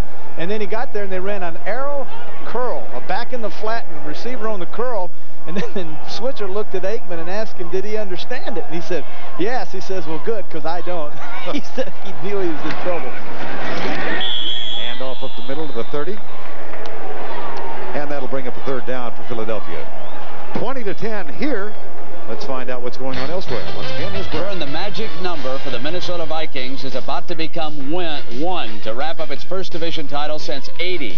Chris Dolman again forces a fumble, which leads to a defensive touchdown. This time, Tim Newton. It was Keith Millard earlier. Elsewhere, the Packers continue to lose. So the Vikings closing in. Back to Vern. All right, Brent, and of course, Nate Newton, Tim's brother, is a member of the Cowboys offensive line. 3rd down and 4 here. 3-man rush with the Spines. And Cunningham hit from behind. That'll be in the grass. And it'll bring up 4th down, and Dallas will get the ball back. Tony Talbert. The 3rd sack of the day as Ed Jones and Tony Talbert head to the sideline. Yeah. Young rookie, 6'6", about 240 pounds. A lot of them compare him a little bit to L.C. Greenwood up in Pittsburgh, but a kid that they think that will be able to grow into his size, put on another 20 pounds, and become a real force for the Cowboys. Max Runniger back to punt. Cornell Burbage waits for it at the 40-yard line. Fair catch called by Burbage at the 45. Cowboys take over following the 30-yard punt. Next Saturday on CBS, a full day of sports action that all starts with the NFL Today at 12 o'clock Eastern Time. Then the Cowboys will be in New York to take on the Giants. Terry and I will be there for that ball game, and that'll be followed by the season premiere of college basketball on CBS, the home of the NCAA Championship. DePaul travels south to take on North Carolina next Saturday at 3:45 Eastern. So we've got the NFL Today, the Cowboys and the Giants, and hoops. 20-10, 4:09 to go, 3rd quarter. Back split behind Troy Aikman. Offside, Steve Folsom. That'll cost the Cowboys 5.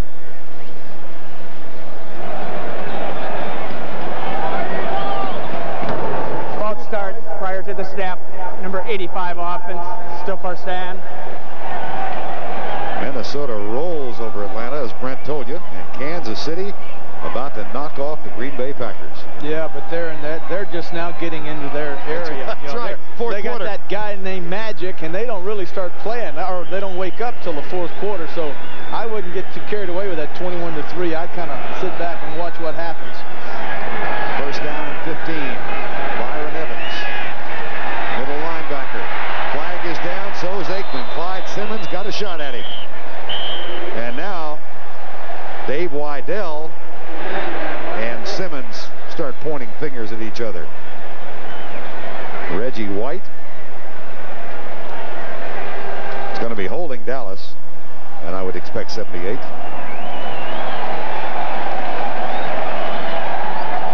You can see Jerry Seaman run over and point the finger, and you could kind of understood that what he's trying to tell the Eagles is, you know, don't get involved in this. Don't let this game get out of hand. That's not necessary.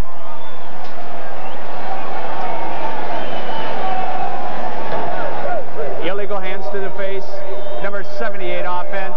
Still first down. Dave Wydell, whose brother Doug Wydell plays for the Denver Broncos. And, of course, the Broncos at home to the New York Giants next on CBS. Most of you will see that. First down and 25. And Aikman faces this fearsome pass rush of the Philadelphia Eagles. Standard defensive set, four-man rush. They stunt. Aikman lines a receiver up at the 39. Another flag comes flying from downfield. Sammy Willie makes the tackle.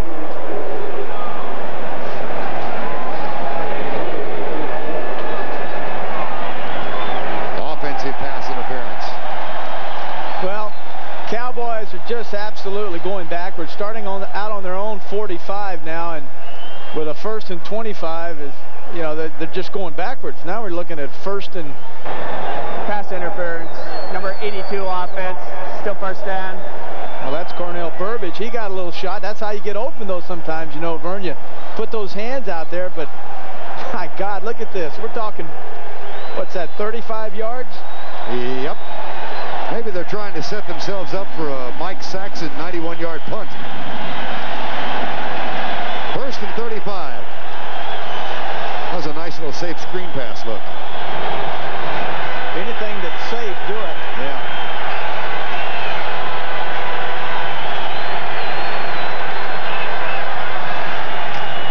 That's safe. Paul Palmer. Now it'll be 2nd and about 32. You're better off here. The score's 20-10. Cowboys had an excellent opportunity from their own 45-yard line. I sense the Eagles offensively not playing with the emotion that it takes to really put a team like the Cowboys away. You've got to come out in the second half and really control, take the tempo early, and then put a young team away. Eagles haven't done that. Actually, the Cowboys have gotten a little life, but now through mistakes of their own, they've given the life back to the Eagles. 2nd and 34. 2nd and 34. Jimmy Johnson needs to dial in the University of Miami, where they overcame a 3rd and 43 against Notre Dame. That pass is incomplete. Troy Aikman. Yeah, one of the problems you have, too, with a young quarterback, but this line, as we started this game, had only given up 22 sacks. To really pick up big yardage against the Eagles, the areas that are open are the areas deep and over the middle. But that takes a lot of time, and sometimes you put a real burden on your young rookie quarterback when you ask him to hold the football for 4.5 seconds against the second-best sacking team in the National Football League. So far today, he's been sacked twice. Another one was wiped out by penalty. The area is over the middle on this defense, though. Aikman chased by Clyde Simmons. Ball is caught, but it'll be 4th down up at the 34-yard line. James Dixon makes the grab, so Mike Saxon will come on. That's a gain of 13. It'll be 4th and 21.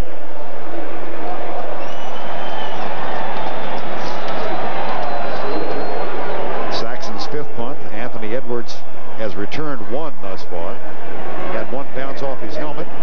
Made a fair catch on another. veteran. See if he's in there, or is Stepnoski? It's Stepnoski. So Tom, who did snap for punts and field goals last week, he is not even doing that today. Saxon. Edwards. Flag down. Junior Toddle-Latossi ran into Anthony Edwards. And so what appeared to be an outstanding punt will be reduced almost in half by the penalty.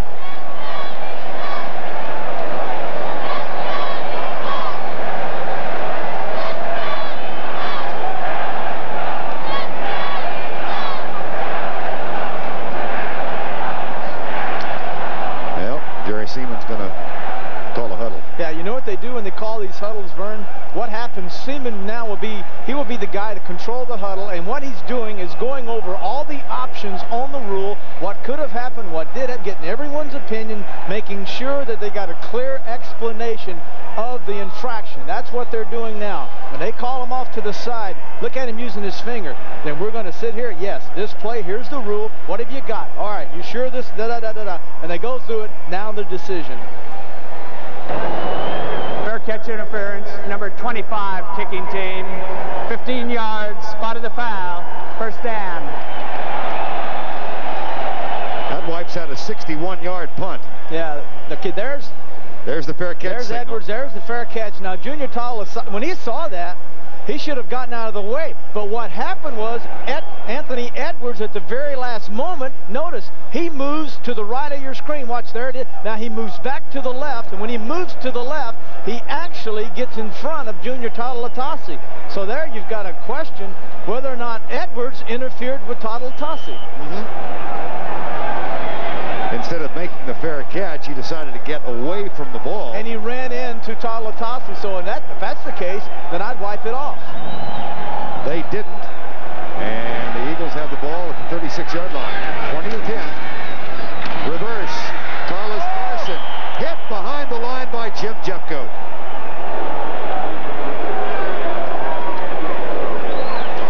Great job. Penetration. The one thing coming into this game was that the Eagles, there's the handoff, there's the motion. You'll see pull, but then you're going to see Jeffcoat come. He's the man that chases. When you got a guy like Jeffcoat that chases, he's the man you want to go ahead and run your reverses on. There's a reverse. He comes back up the field, catches his balance, and makes a tremendous play on Carlos Caution. Jeffcoat, right defensive end, now the veteran of that defensive line since Ed Jones has been reduced to part-time status. Ed is in there right now and chasing Cunningham. Cunningham takes a shot as he delivers the ball, and it's incomplete. It was the 38-year-old Too Tall Jones chasing Randall Cunningham on that play. Yeah, and this is where Too Tall Jones really does help the Cowboys. Sure, he's not starting, but you know, he's got fresh legs, and he can still he can still rush the quarterback. He has great quickness. He just can't do it for 4 quarters, maybe not even for 2 quarters, but he can come in when you need him and give a great burst off the block of Ron Heller. Now the speed. Hey, Cunningham can run, but look at this big guy right after him. Jesse Solomon joining Too Tall Jones. It's 3rd down and 19.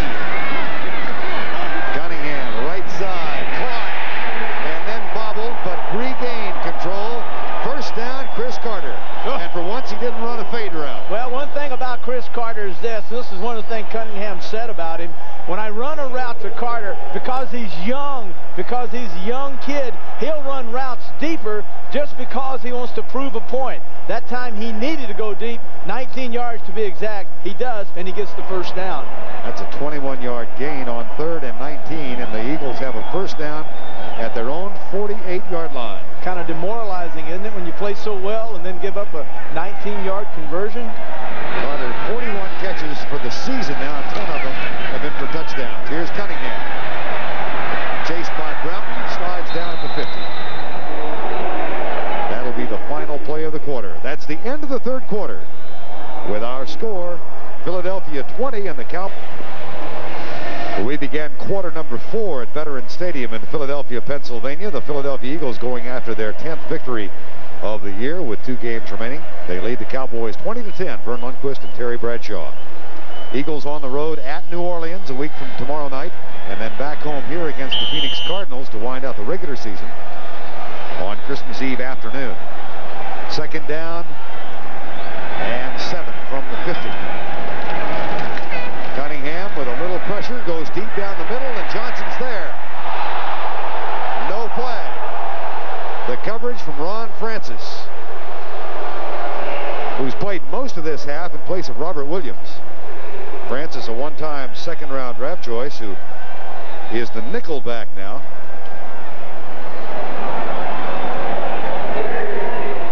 Johnson actually had a couple of steps on Francis. The ball, Cunningham is throwing with the wind, and I know as a strong-arm quarterback myself, I would rather throw deep going into the wind because I could control the tight spiral, and I would be more accurate. When you throw with the wind, the ball has a tendency to float. Comes the rush, blitz from the outside, and they've got to it. Jeffcoat, I believe, was the first man at Randall Cunningham. Yes. And now has a minor disagreement with Keith Byers.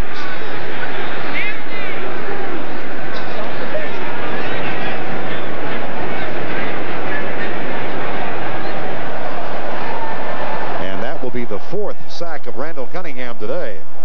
Jeffcoat, 77, simply comes up the field, but the problem happened was Darwin went outside to pick up the safety blitz by Manny Hendricks, 45, not realizing the back was behind him. The back was responsible for the blitz. Darwin should have stayed with his man, Jeffcoat.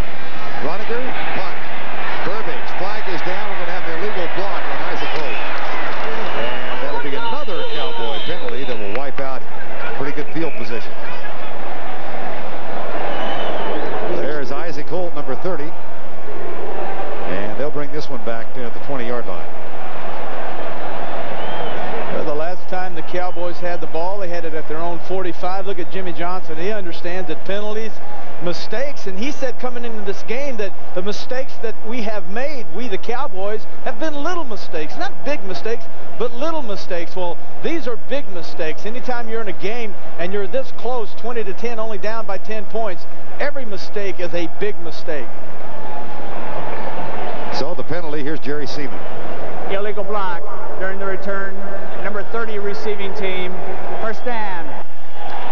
There's Isaac Holt. I think it was Sammy Lilly who was involved in the play from a Philadelphia point of view. Lower right-hand side is where the infraction occurred, right? There. There it is. And it was Sammy Lilly. Yeah, Sammy Lilly, backup cornerback, and the block by Holt in his back. At the 13-yard line.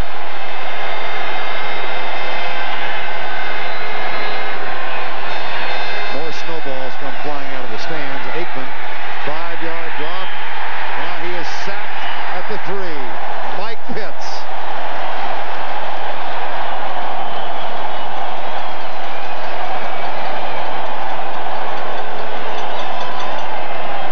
Pitts, right of your screen. Crawford Kerr has him. They're one-on-one. Pitts gave him a move to the outside, set up Kerr, got up underneath Kerr, then came back to the inside and got the sack.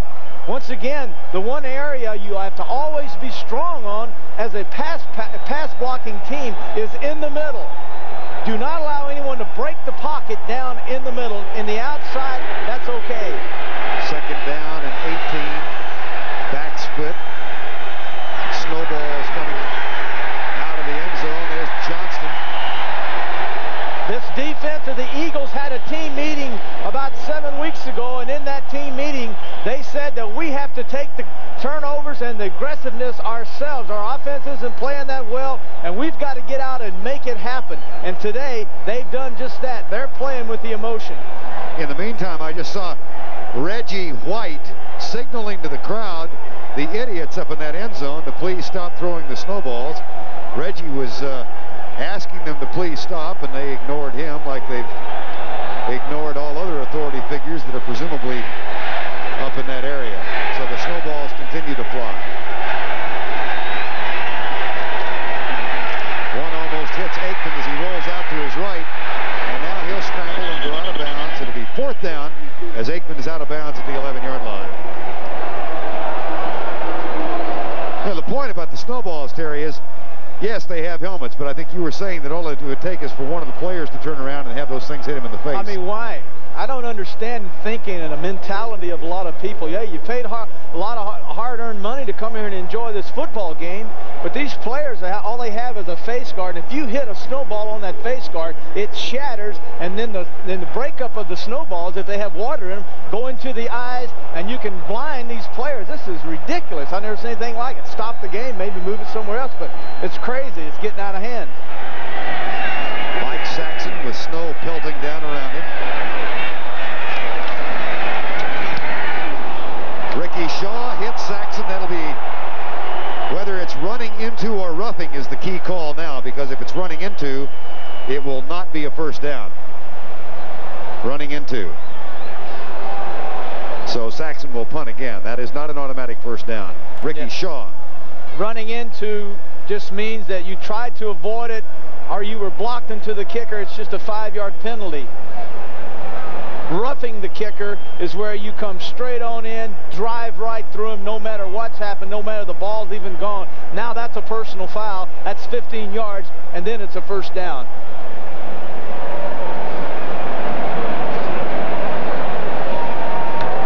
Running into the kicker, 5-yard penalty only. Number 51 defense, still fourth down.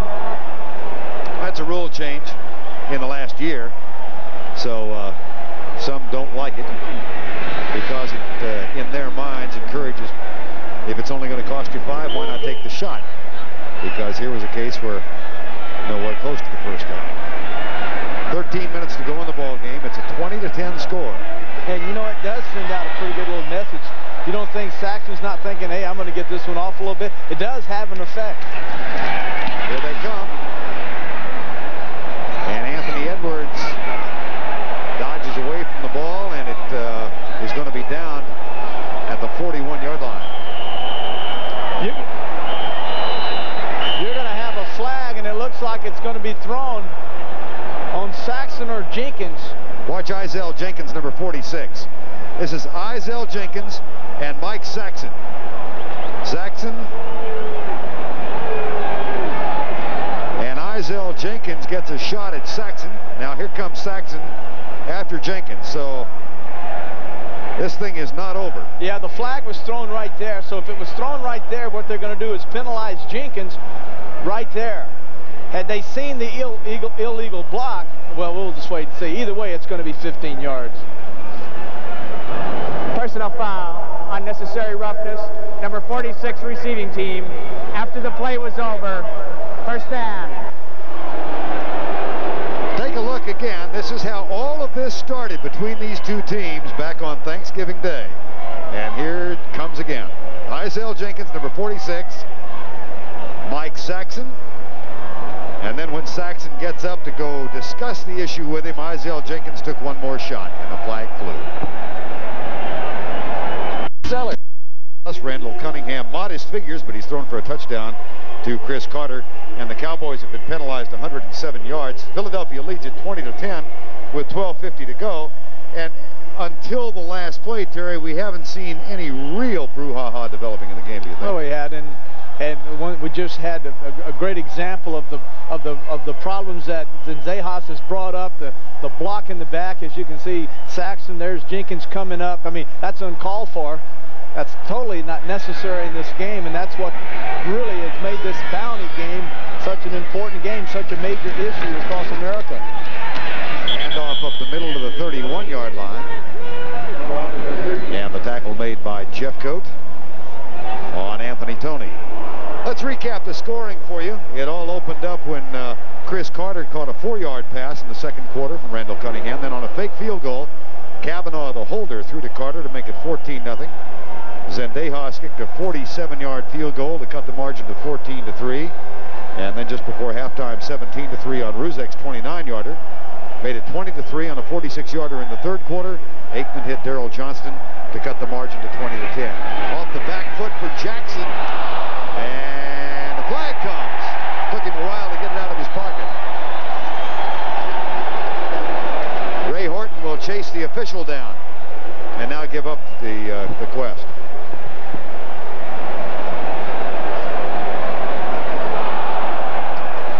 one of the things, Vern, that could help a lot. You can't allow Jackson a free release, and you do that, he has a head of steam up on Ray Horton, who is covering him.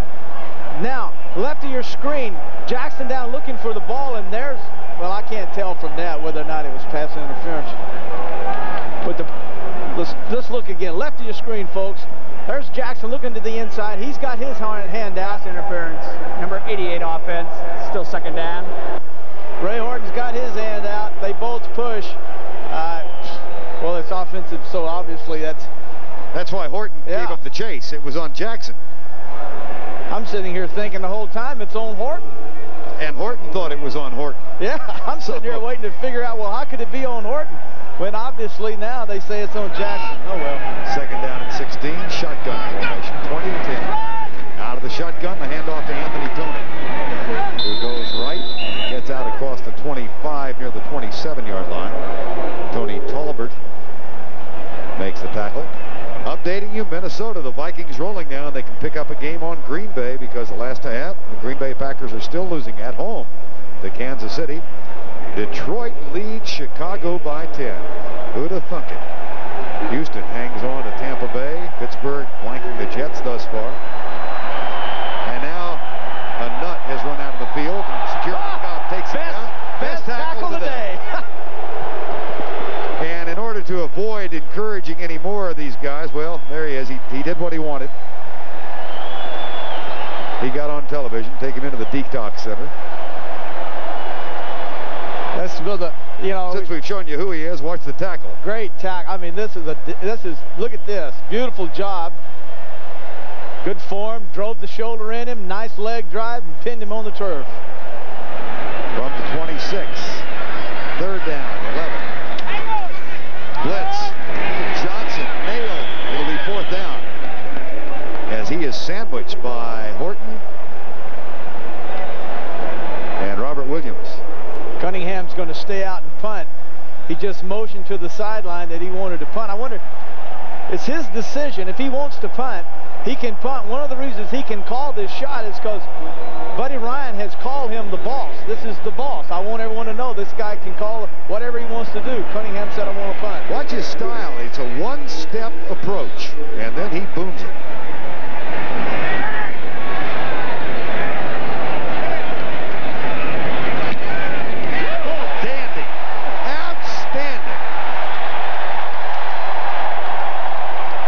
Takes a neutral bounce, or he had a shot of another 60-yarder. Listen to the ovation. And here comes a flag, and a fight breaks out. That time it was a cowboy who shoved somebody in the back. And that reorients the crowd's interest. Well, it's Golick 90. Trying to explain to Randy Shannon what happened, and this is ugly.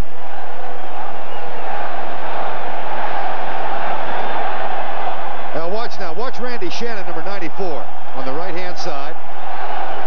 Well, it was Mike Reichenbach who came at Shannon, and there's a shove in the back of Manny Hendricks. And Nate Newton went after Ricky Shaw, and it's the old domino effect. Let's all take somebody and take a shot at them.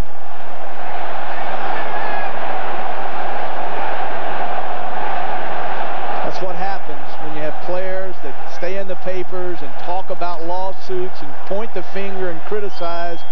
You know, you get hit in this game, you get hit. And I'm talking about Zendejas. And I don't care who you are. I don't care if it's illegal. I don't care. It makes no difference to me. But the point is, all it does is carry over on the football field, and it gets sloppy, and you get hurt out here, and the fans throw snowballs, and it's ridiculous.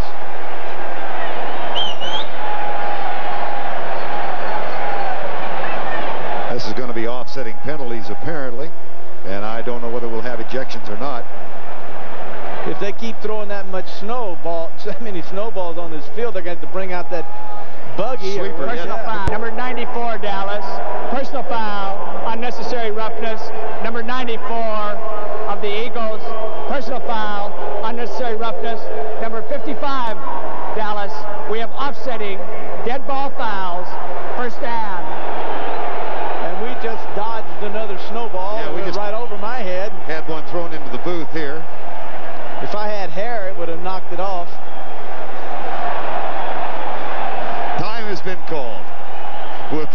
back.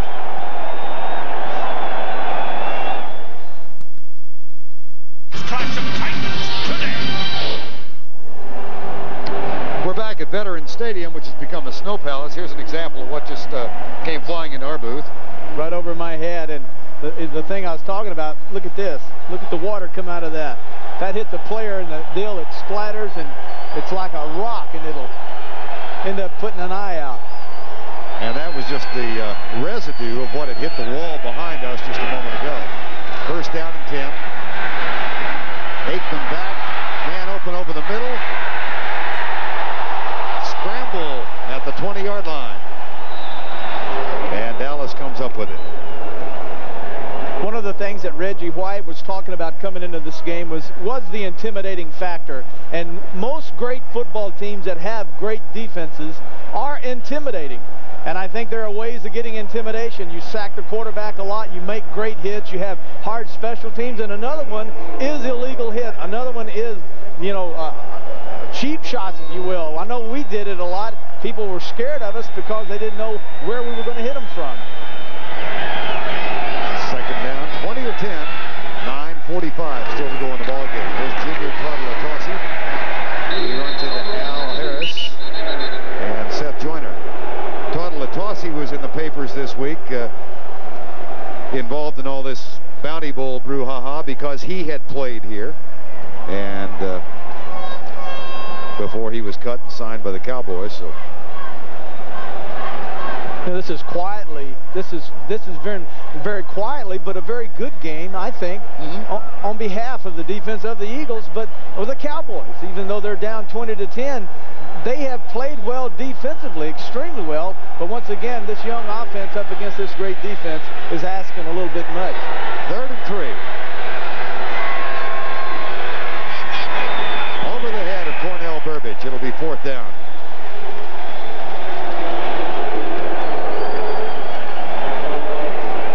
Edwards drifts back to return the punt from the 40-yard line. Mike Saxon.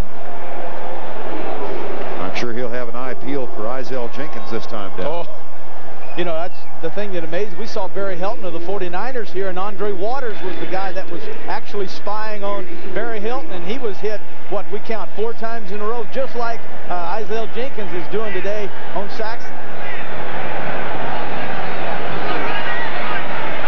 4th and 3.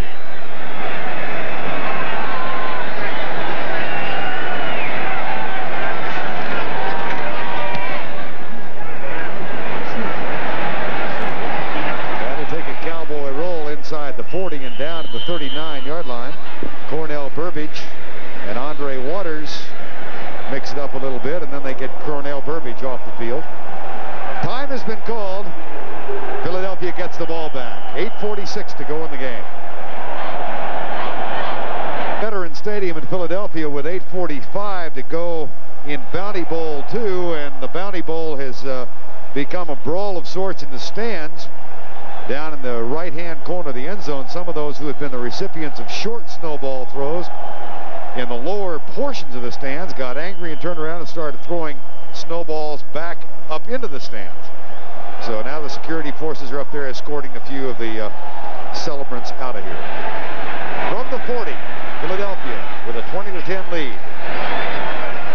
Cunningham slips the tackle, and he'll run. Down to the 50-yard line, another flag comes flying out. And here we go again.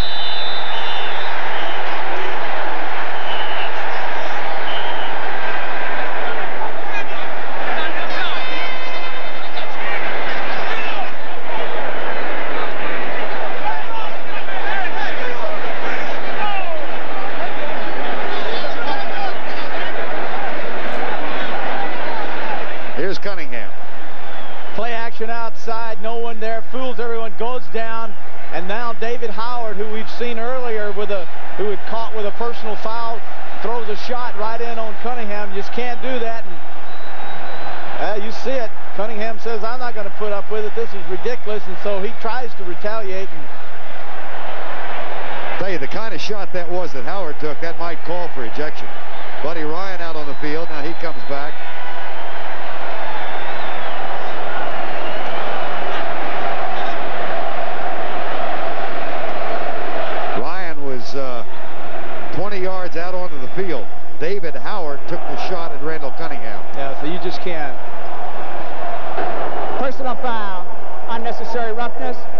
73 defense, personal foul, unnecessary roughness, kicking and shoving, number 12 offense, offsetting penalties, first down. What happened to 99? I don't know. What happened to David Howard? That's the shot that I saw.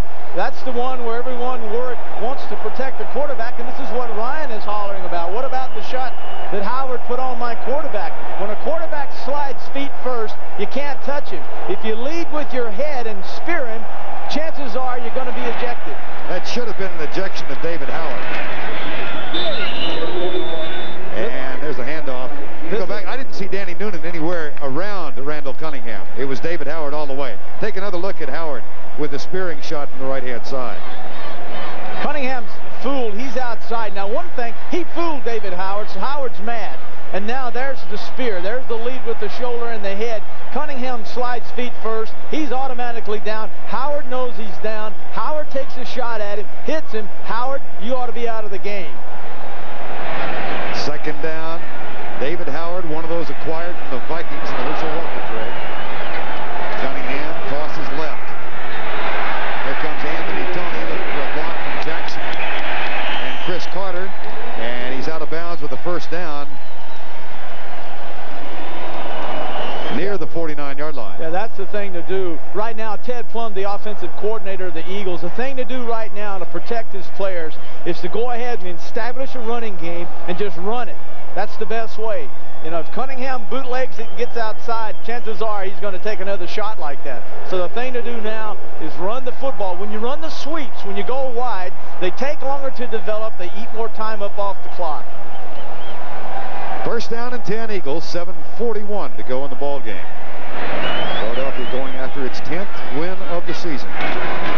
Hand off Tony. Fumble. Scramble, who got it? Philadelphia comes up with it.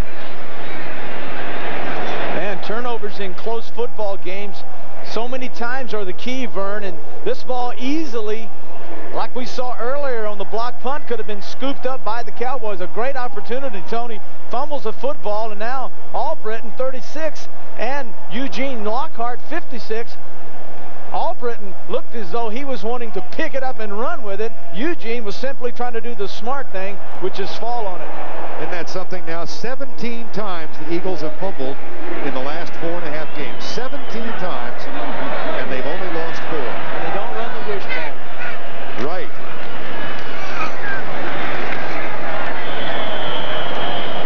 Myers out near the 47-yard line. Of course, the Giants hoping to win here today and then go home and root on Denver, because the Giants, rather the Eagles hope to win here today. The Giants take on Denver. That's next on CBS, or some of you will watch Phoenix and the Raiders. The Giants and Denver, Pat and John are out at Mile High Stadium for that first meeting between the two teams since the Super Bowl. Right now, 3rd down and 12 with 6:15 to go in the game. 3rd and 12. Noonan over center. 3-man Dallas rush. Cunningham deep left side for Ron Johnson. A tussle for the ball with Robert Williams, and the pass ball is incomplete. It'll be 4th down. Man, what a great burst. Absolutely a great burst by Ron Johnson that time, because Robert Williams just had him stride for stride, and at the very last moment, you see 85 come out of the hole. Lower right of your screen. There's the hand over the right shoulder. That's all right. And then the last minute, the burst for the football. Almost made a great catch. Max Runiger will stay in, or come in and punt this time.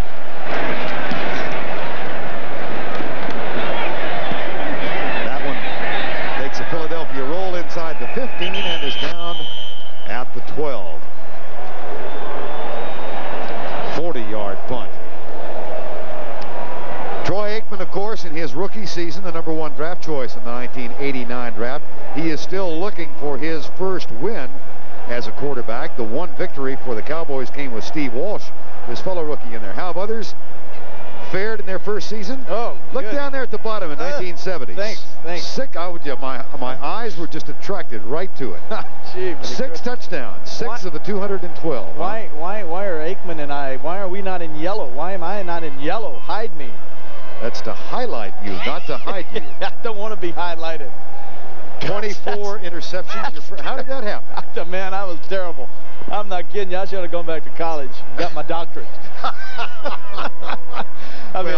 You overcame that. 24 interceptions your first season, but you wound up 212 touchdowns. Well, the thing happened was, as you folks know, you get players around a quarterback, players that can play. This kid can play, and you get the players around him, you give him the defense that would allow him to be aggressive, and you'll see this kid climb right to the charge. Aikman will scramble, and he's got some room now. He slides down, and Eric Everett just reaches down and touches him. 5:37 to go in the game. A 17-yard run for Troy Aikman. The Chicago Bears have been eliminated from the playoffs. Well, did Ditka say that we may never win another game? We may not win another football game, and when you send that kind of message out to a football team, they look at their head coach and say, well, he doesn't think we'll win one, so let's don't win one. Detroit defeated Chicago 27-17. Here's Aikman looking across the middle. Fumble! And it gets a fortuitous bounce right back into the arms of Paul Palmer.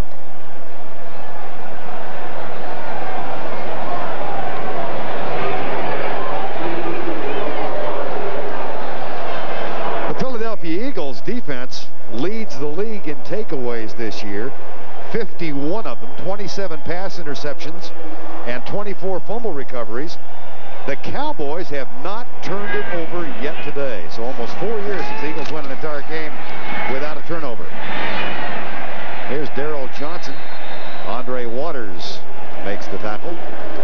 So one of the things that's really going to help, this Darrell Johnson is a fine player, but his role will be in the future as the Cowboys get the running back that they want to be their tailback, and as the Cowboys get Kelvin Martin back and Irvin when they get him back and possibly get a tight end they'll build an offense around Aikman. This kid's got a gun. Hey, Cunningham can sling it, but this kid can sling it too. I mean, he throws a beautiful ball. 3rd down and 3. Blitz. Aikman back, left side, caught, 1st down Dallas. Good job. Steve Folsom, the tight end, very nice. Terry Hogue made the tackle on Folsom. Folsom played here in '81 with the Eagles, was released. Cowboys go without a huddle now on 1st down. 3:37 remaining in the ball game. Blitz coming from Wes Hopkins. Oh my gosh. Oh my goodness. Jerry Seaman called grasp and control as the pass was complete. Wes Hopkins. And Aikman is really upset. Well, all you do is take away the athleticism. Very good. Of a quarterback that has the ability to avoid sacks and to get passes off. Now, you be the judge, folks. Would he have gotten that pass off? He got it off. He did get tackled. Hey, let it happen. Let it work. Cunningham does the same thing. Let these guys play. Aikman. This time he gets the payback and hits an official, I think. The umpire. Or does he get Hopkins? He may have hit the umpire. See, I've always been under this. Here's how you should do this thing, Vern. That's John Keck. I think he took a shot. It was right across the middle. Good shot. Yep, right on the cheek. That had to sting a little bit. I guarantee you that stung. He can't do anything, but yeah, you don't want to show that it hurt. No, you got to be all right. See, the umpire's got to act tough because he sits in behind those tackles and everyone. He's got a hand in everywhere. Everybody's coming at him, crossing, and now it's bad enough he's got big 290-pound guys, but here comes a frozen, what used to be Pete Rozelle football at him. Blitz coming. Aikman dodges to his right, pulls up and heaves it deep, and it's dropped by James Dixon. My. I mean, that is a catchable ball. Well, yeah, catchable. Yeah, when it hits you in the stomach, it certainly is catchable. Excellent job by Aikman. We're going to first of all look at Dixon coming inside. Slows down, sees the coverage, looks back again, now just goes back to the outside. An excellent throw by Aikman.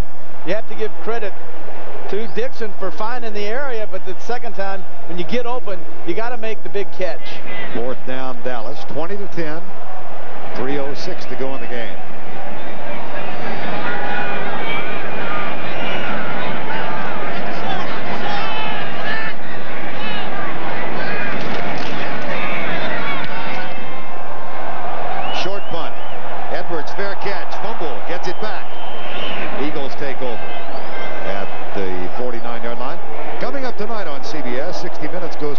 barbed wire and the guard dogs to visit a place none of us imagined we would ever see, a Russian labor camp for political prisoners.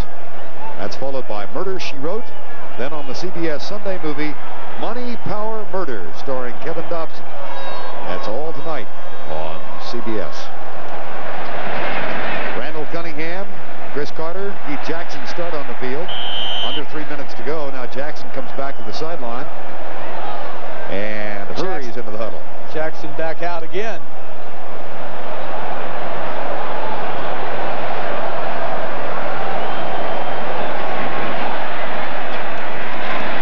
Cunningham pulls up and goes deep across the middle. Incomplete. Mix up on the route with Ron Johnson.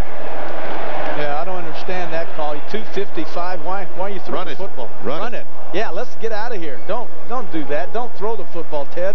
You know, or if that's an audible, which I don't believe it was, but you know, run it, get it. You know, you got a 10-point lead. You got these big backs. This is why Buddy Ryan wanted a running game. He knew that in the end of the fourth quarter, when he had to kill the clock, he needed to rely on a running game. It's cold. It's snowy. Don't throw it. Run it. Split backs behind Cunningham. 2:53 to go. Here's Cunningham back. They're trying to get another touchdown, Terry. They want as many as they can get. That's knocked down. Yeah, well, remember the controversy between these two organizations goes back to 2 years ago in the strike season when the Cowboys were coached by Tom Landry. They beat the Eagles, and Buddy Ryan was very adamant about not wanting to strike players here. This is before Jimmy Johnson got here. Dick Nolan, who's on the left, was part of the staff. But Ryan felt that Tom Landry had run up the score on him. In the repeat game here, with a big lead, Randall Cunningham knelt as if to run out the clock toward the end of the game, and then on the next play stood up and threw a touchdown to run up the score. The roar you hear in the background is another inebriated soul who is being taken down. That's number 2 for the day now. Well, what you're talking about, we're not going to show it. You're wondering then why the 2 passes. I just questioned why throw it. They're throwing it, so you have to wonder with a 10-point lead, you know, why do that? I don't. Yeah, that's the essential point. With they've got a 10-point lead and 2:47 to go, and they're throwing the football. I rather expect that Buddy Ryan wants at least one more touchdown. Well, the name of the game is scoring, and that would be his answer to that question. You know, you got to score, and doesn't feel safe with 10 points, but I seriously doubt it. Myers. That's short of the first down at the 43-yard line.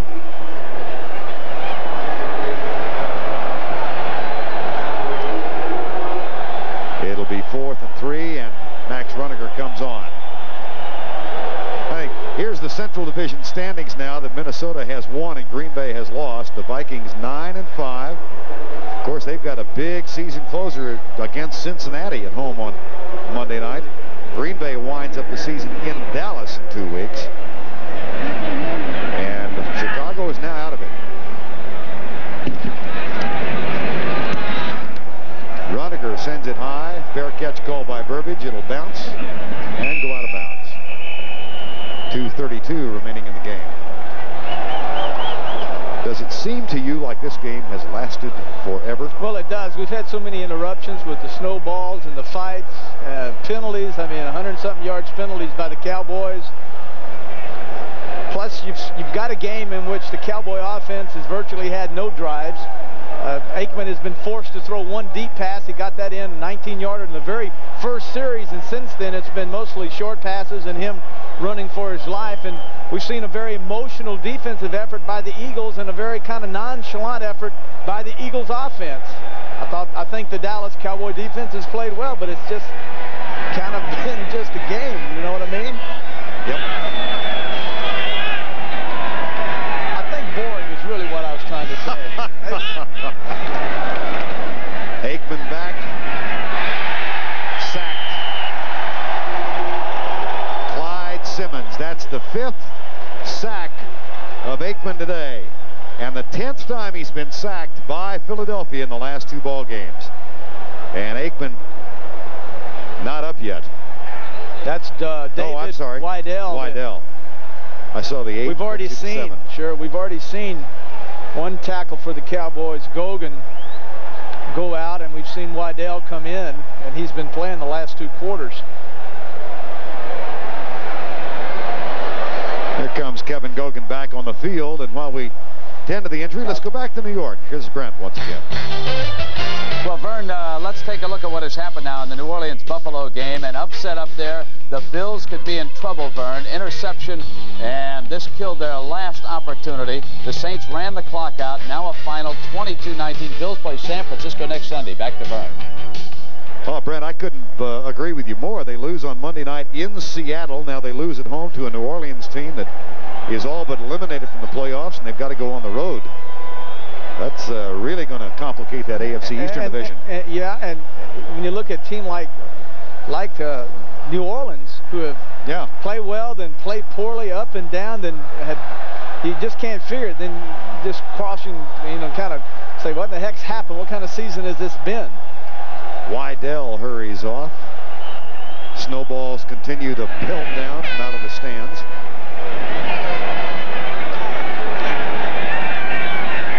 Gets under center, Stepnoski. Screen pass, left side. Caught by Claude Latossi, who's in trouble. That could be a safety. No, he will be ruled down at the 1-yard line. Ryan wants the safety call. Doesn't get it. Wes Hopkins. 2-minute warning. Philadelphia leads it by 10, 20-10. We'll be back for the final 2 minutes in a moment. The Eagles pleading with those few who remain in the end zone. Let's cut it out with the snowballs. And it didn't help much. They still come flying out of the end zone. From their own 1, out of the shotgun, Troy Aikman. There's another snowball that falls in front of him.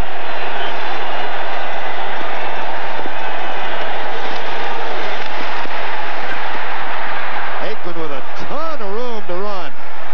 Tries to get close to the out-of-bounds mark and does. That'll be a first down, Dallas, with 1:52 to go. Coming up next, of course, most of you will see the Giants against Denver from Mile High Stadium. Others will watch Phoenix against the Los Angeles Raiders. We'll be joining that game as soon as this ball game is over. So Aikman, that time, a lot of people asking, how in the world could he go that many yards and get a first down? Now here comes another snowball. And the answer, that's very simply, when you play man coverage and receivers run streaks or way down the field, their coverage has to go with them, and no one is responsible for covering the quarterback. So when he got outside, Aikman had no one there. After the 25-yard gain, Aikman rolls out, sends it across the center, and it's caught at the 40-yard line. That's another Dallas first down. Bernard Ford makes the grab. Cowboys will go without the huddle now.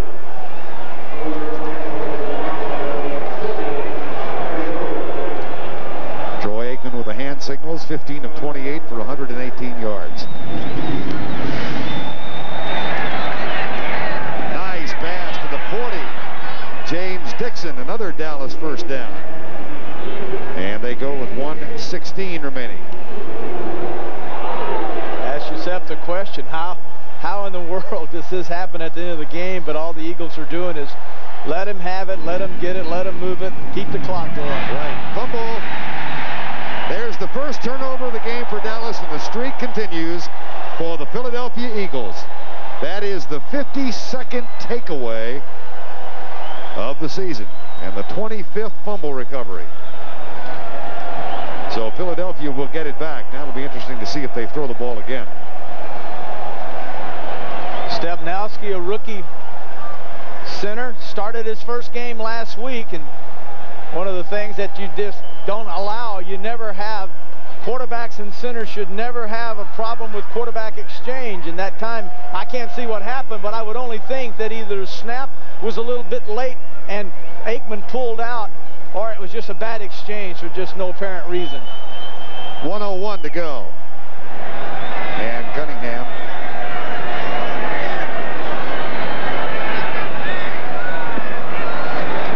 hands it off this time. Myers after the 43-yard line. The coordinating producer of the NFL on CBS is Charles H. Milton III. Today's game was produced by David Michaels.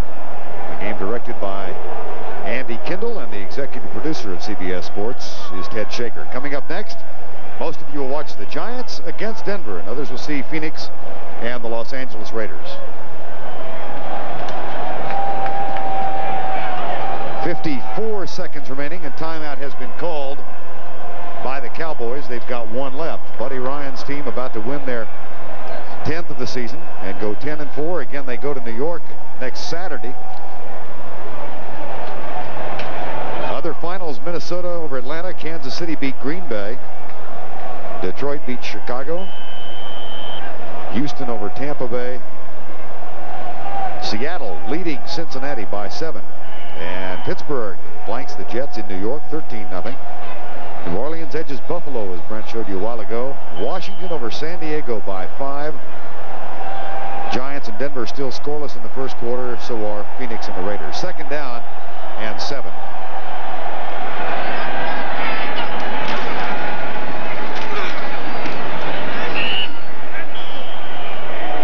Anthony Toney with 48 seconds to go. Jerome Brown lined up as a running back on that play. Number 99, look, he's the fullback, the blocking back. He's the lead back.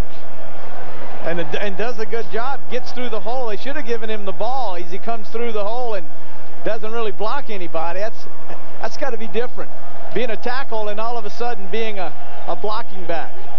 Now Brown comes out. Miller Lite players of the game today: Jim Jeffcoat of Dallas, who at last count had 10 tackles. Reggie White of Philadelphia, who had 2 sacks. They've been chosen as the Miller Lite players of the game and qualify for Player of the Week honors. A $1,000 donation will be made by the Miller Brewing Company on behalf of the players to United Cerebral Palsy. There's Jim Jeffcoat having a terrific game. He had a good game on Thanksgiving Day against this team. Now we've got 3rd down. Reggie White, the other recipient of the honor. 3rd and 6.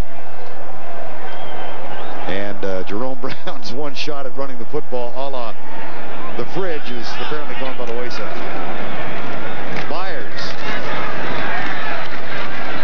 It'll be 4th down. The Cowboys cannot stop the clock.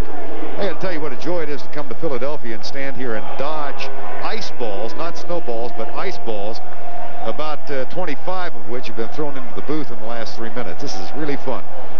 Well, you see where I'm doing the game, don't you? Yeah, about 6 feet back. I'm way back behind the wall here because 3 have already hit me in the top of the head. I had an abscess tooth and had a dental appointment last Monday that didn't last this long. You can see where we are, and then right below us, a group of about 6 or 7. Here comes another one flying out. Watch it, David.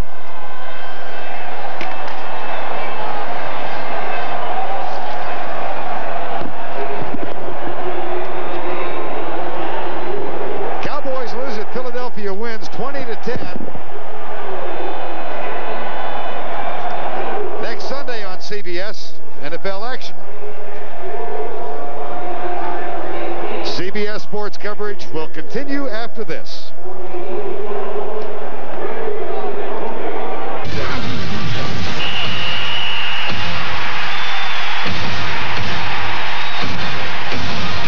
At the beginning of the season, the Philadelphia Eagles look Super Bowl bound.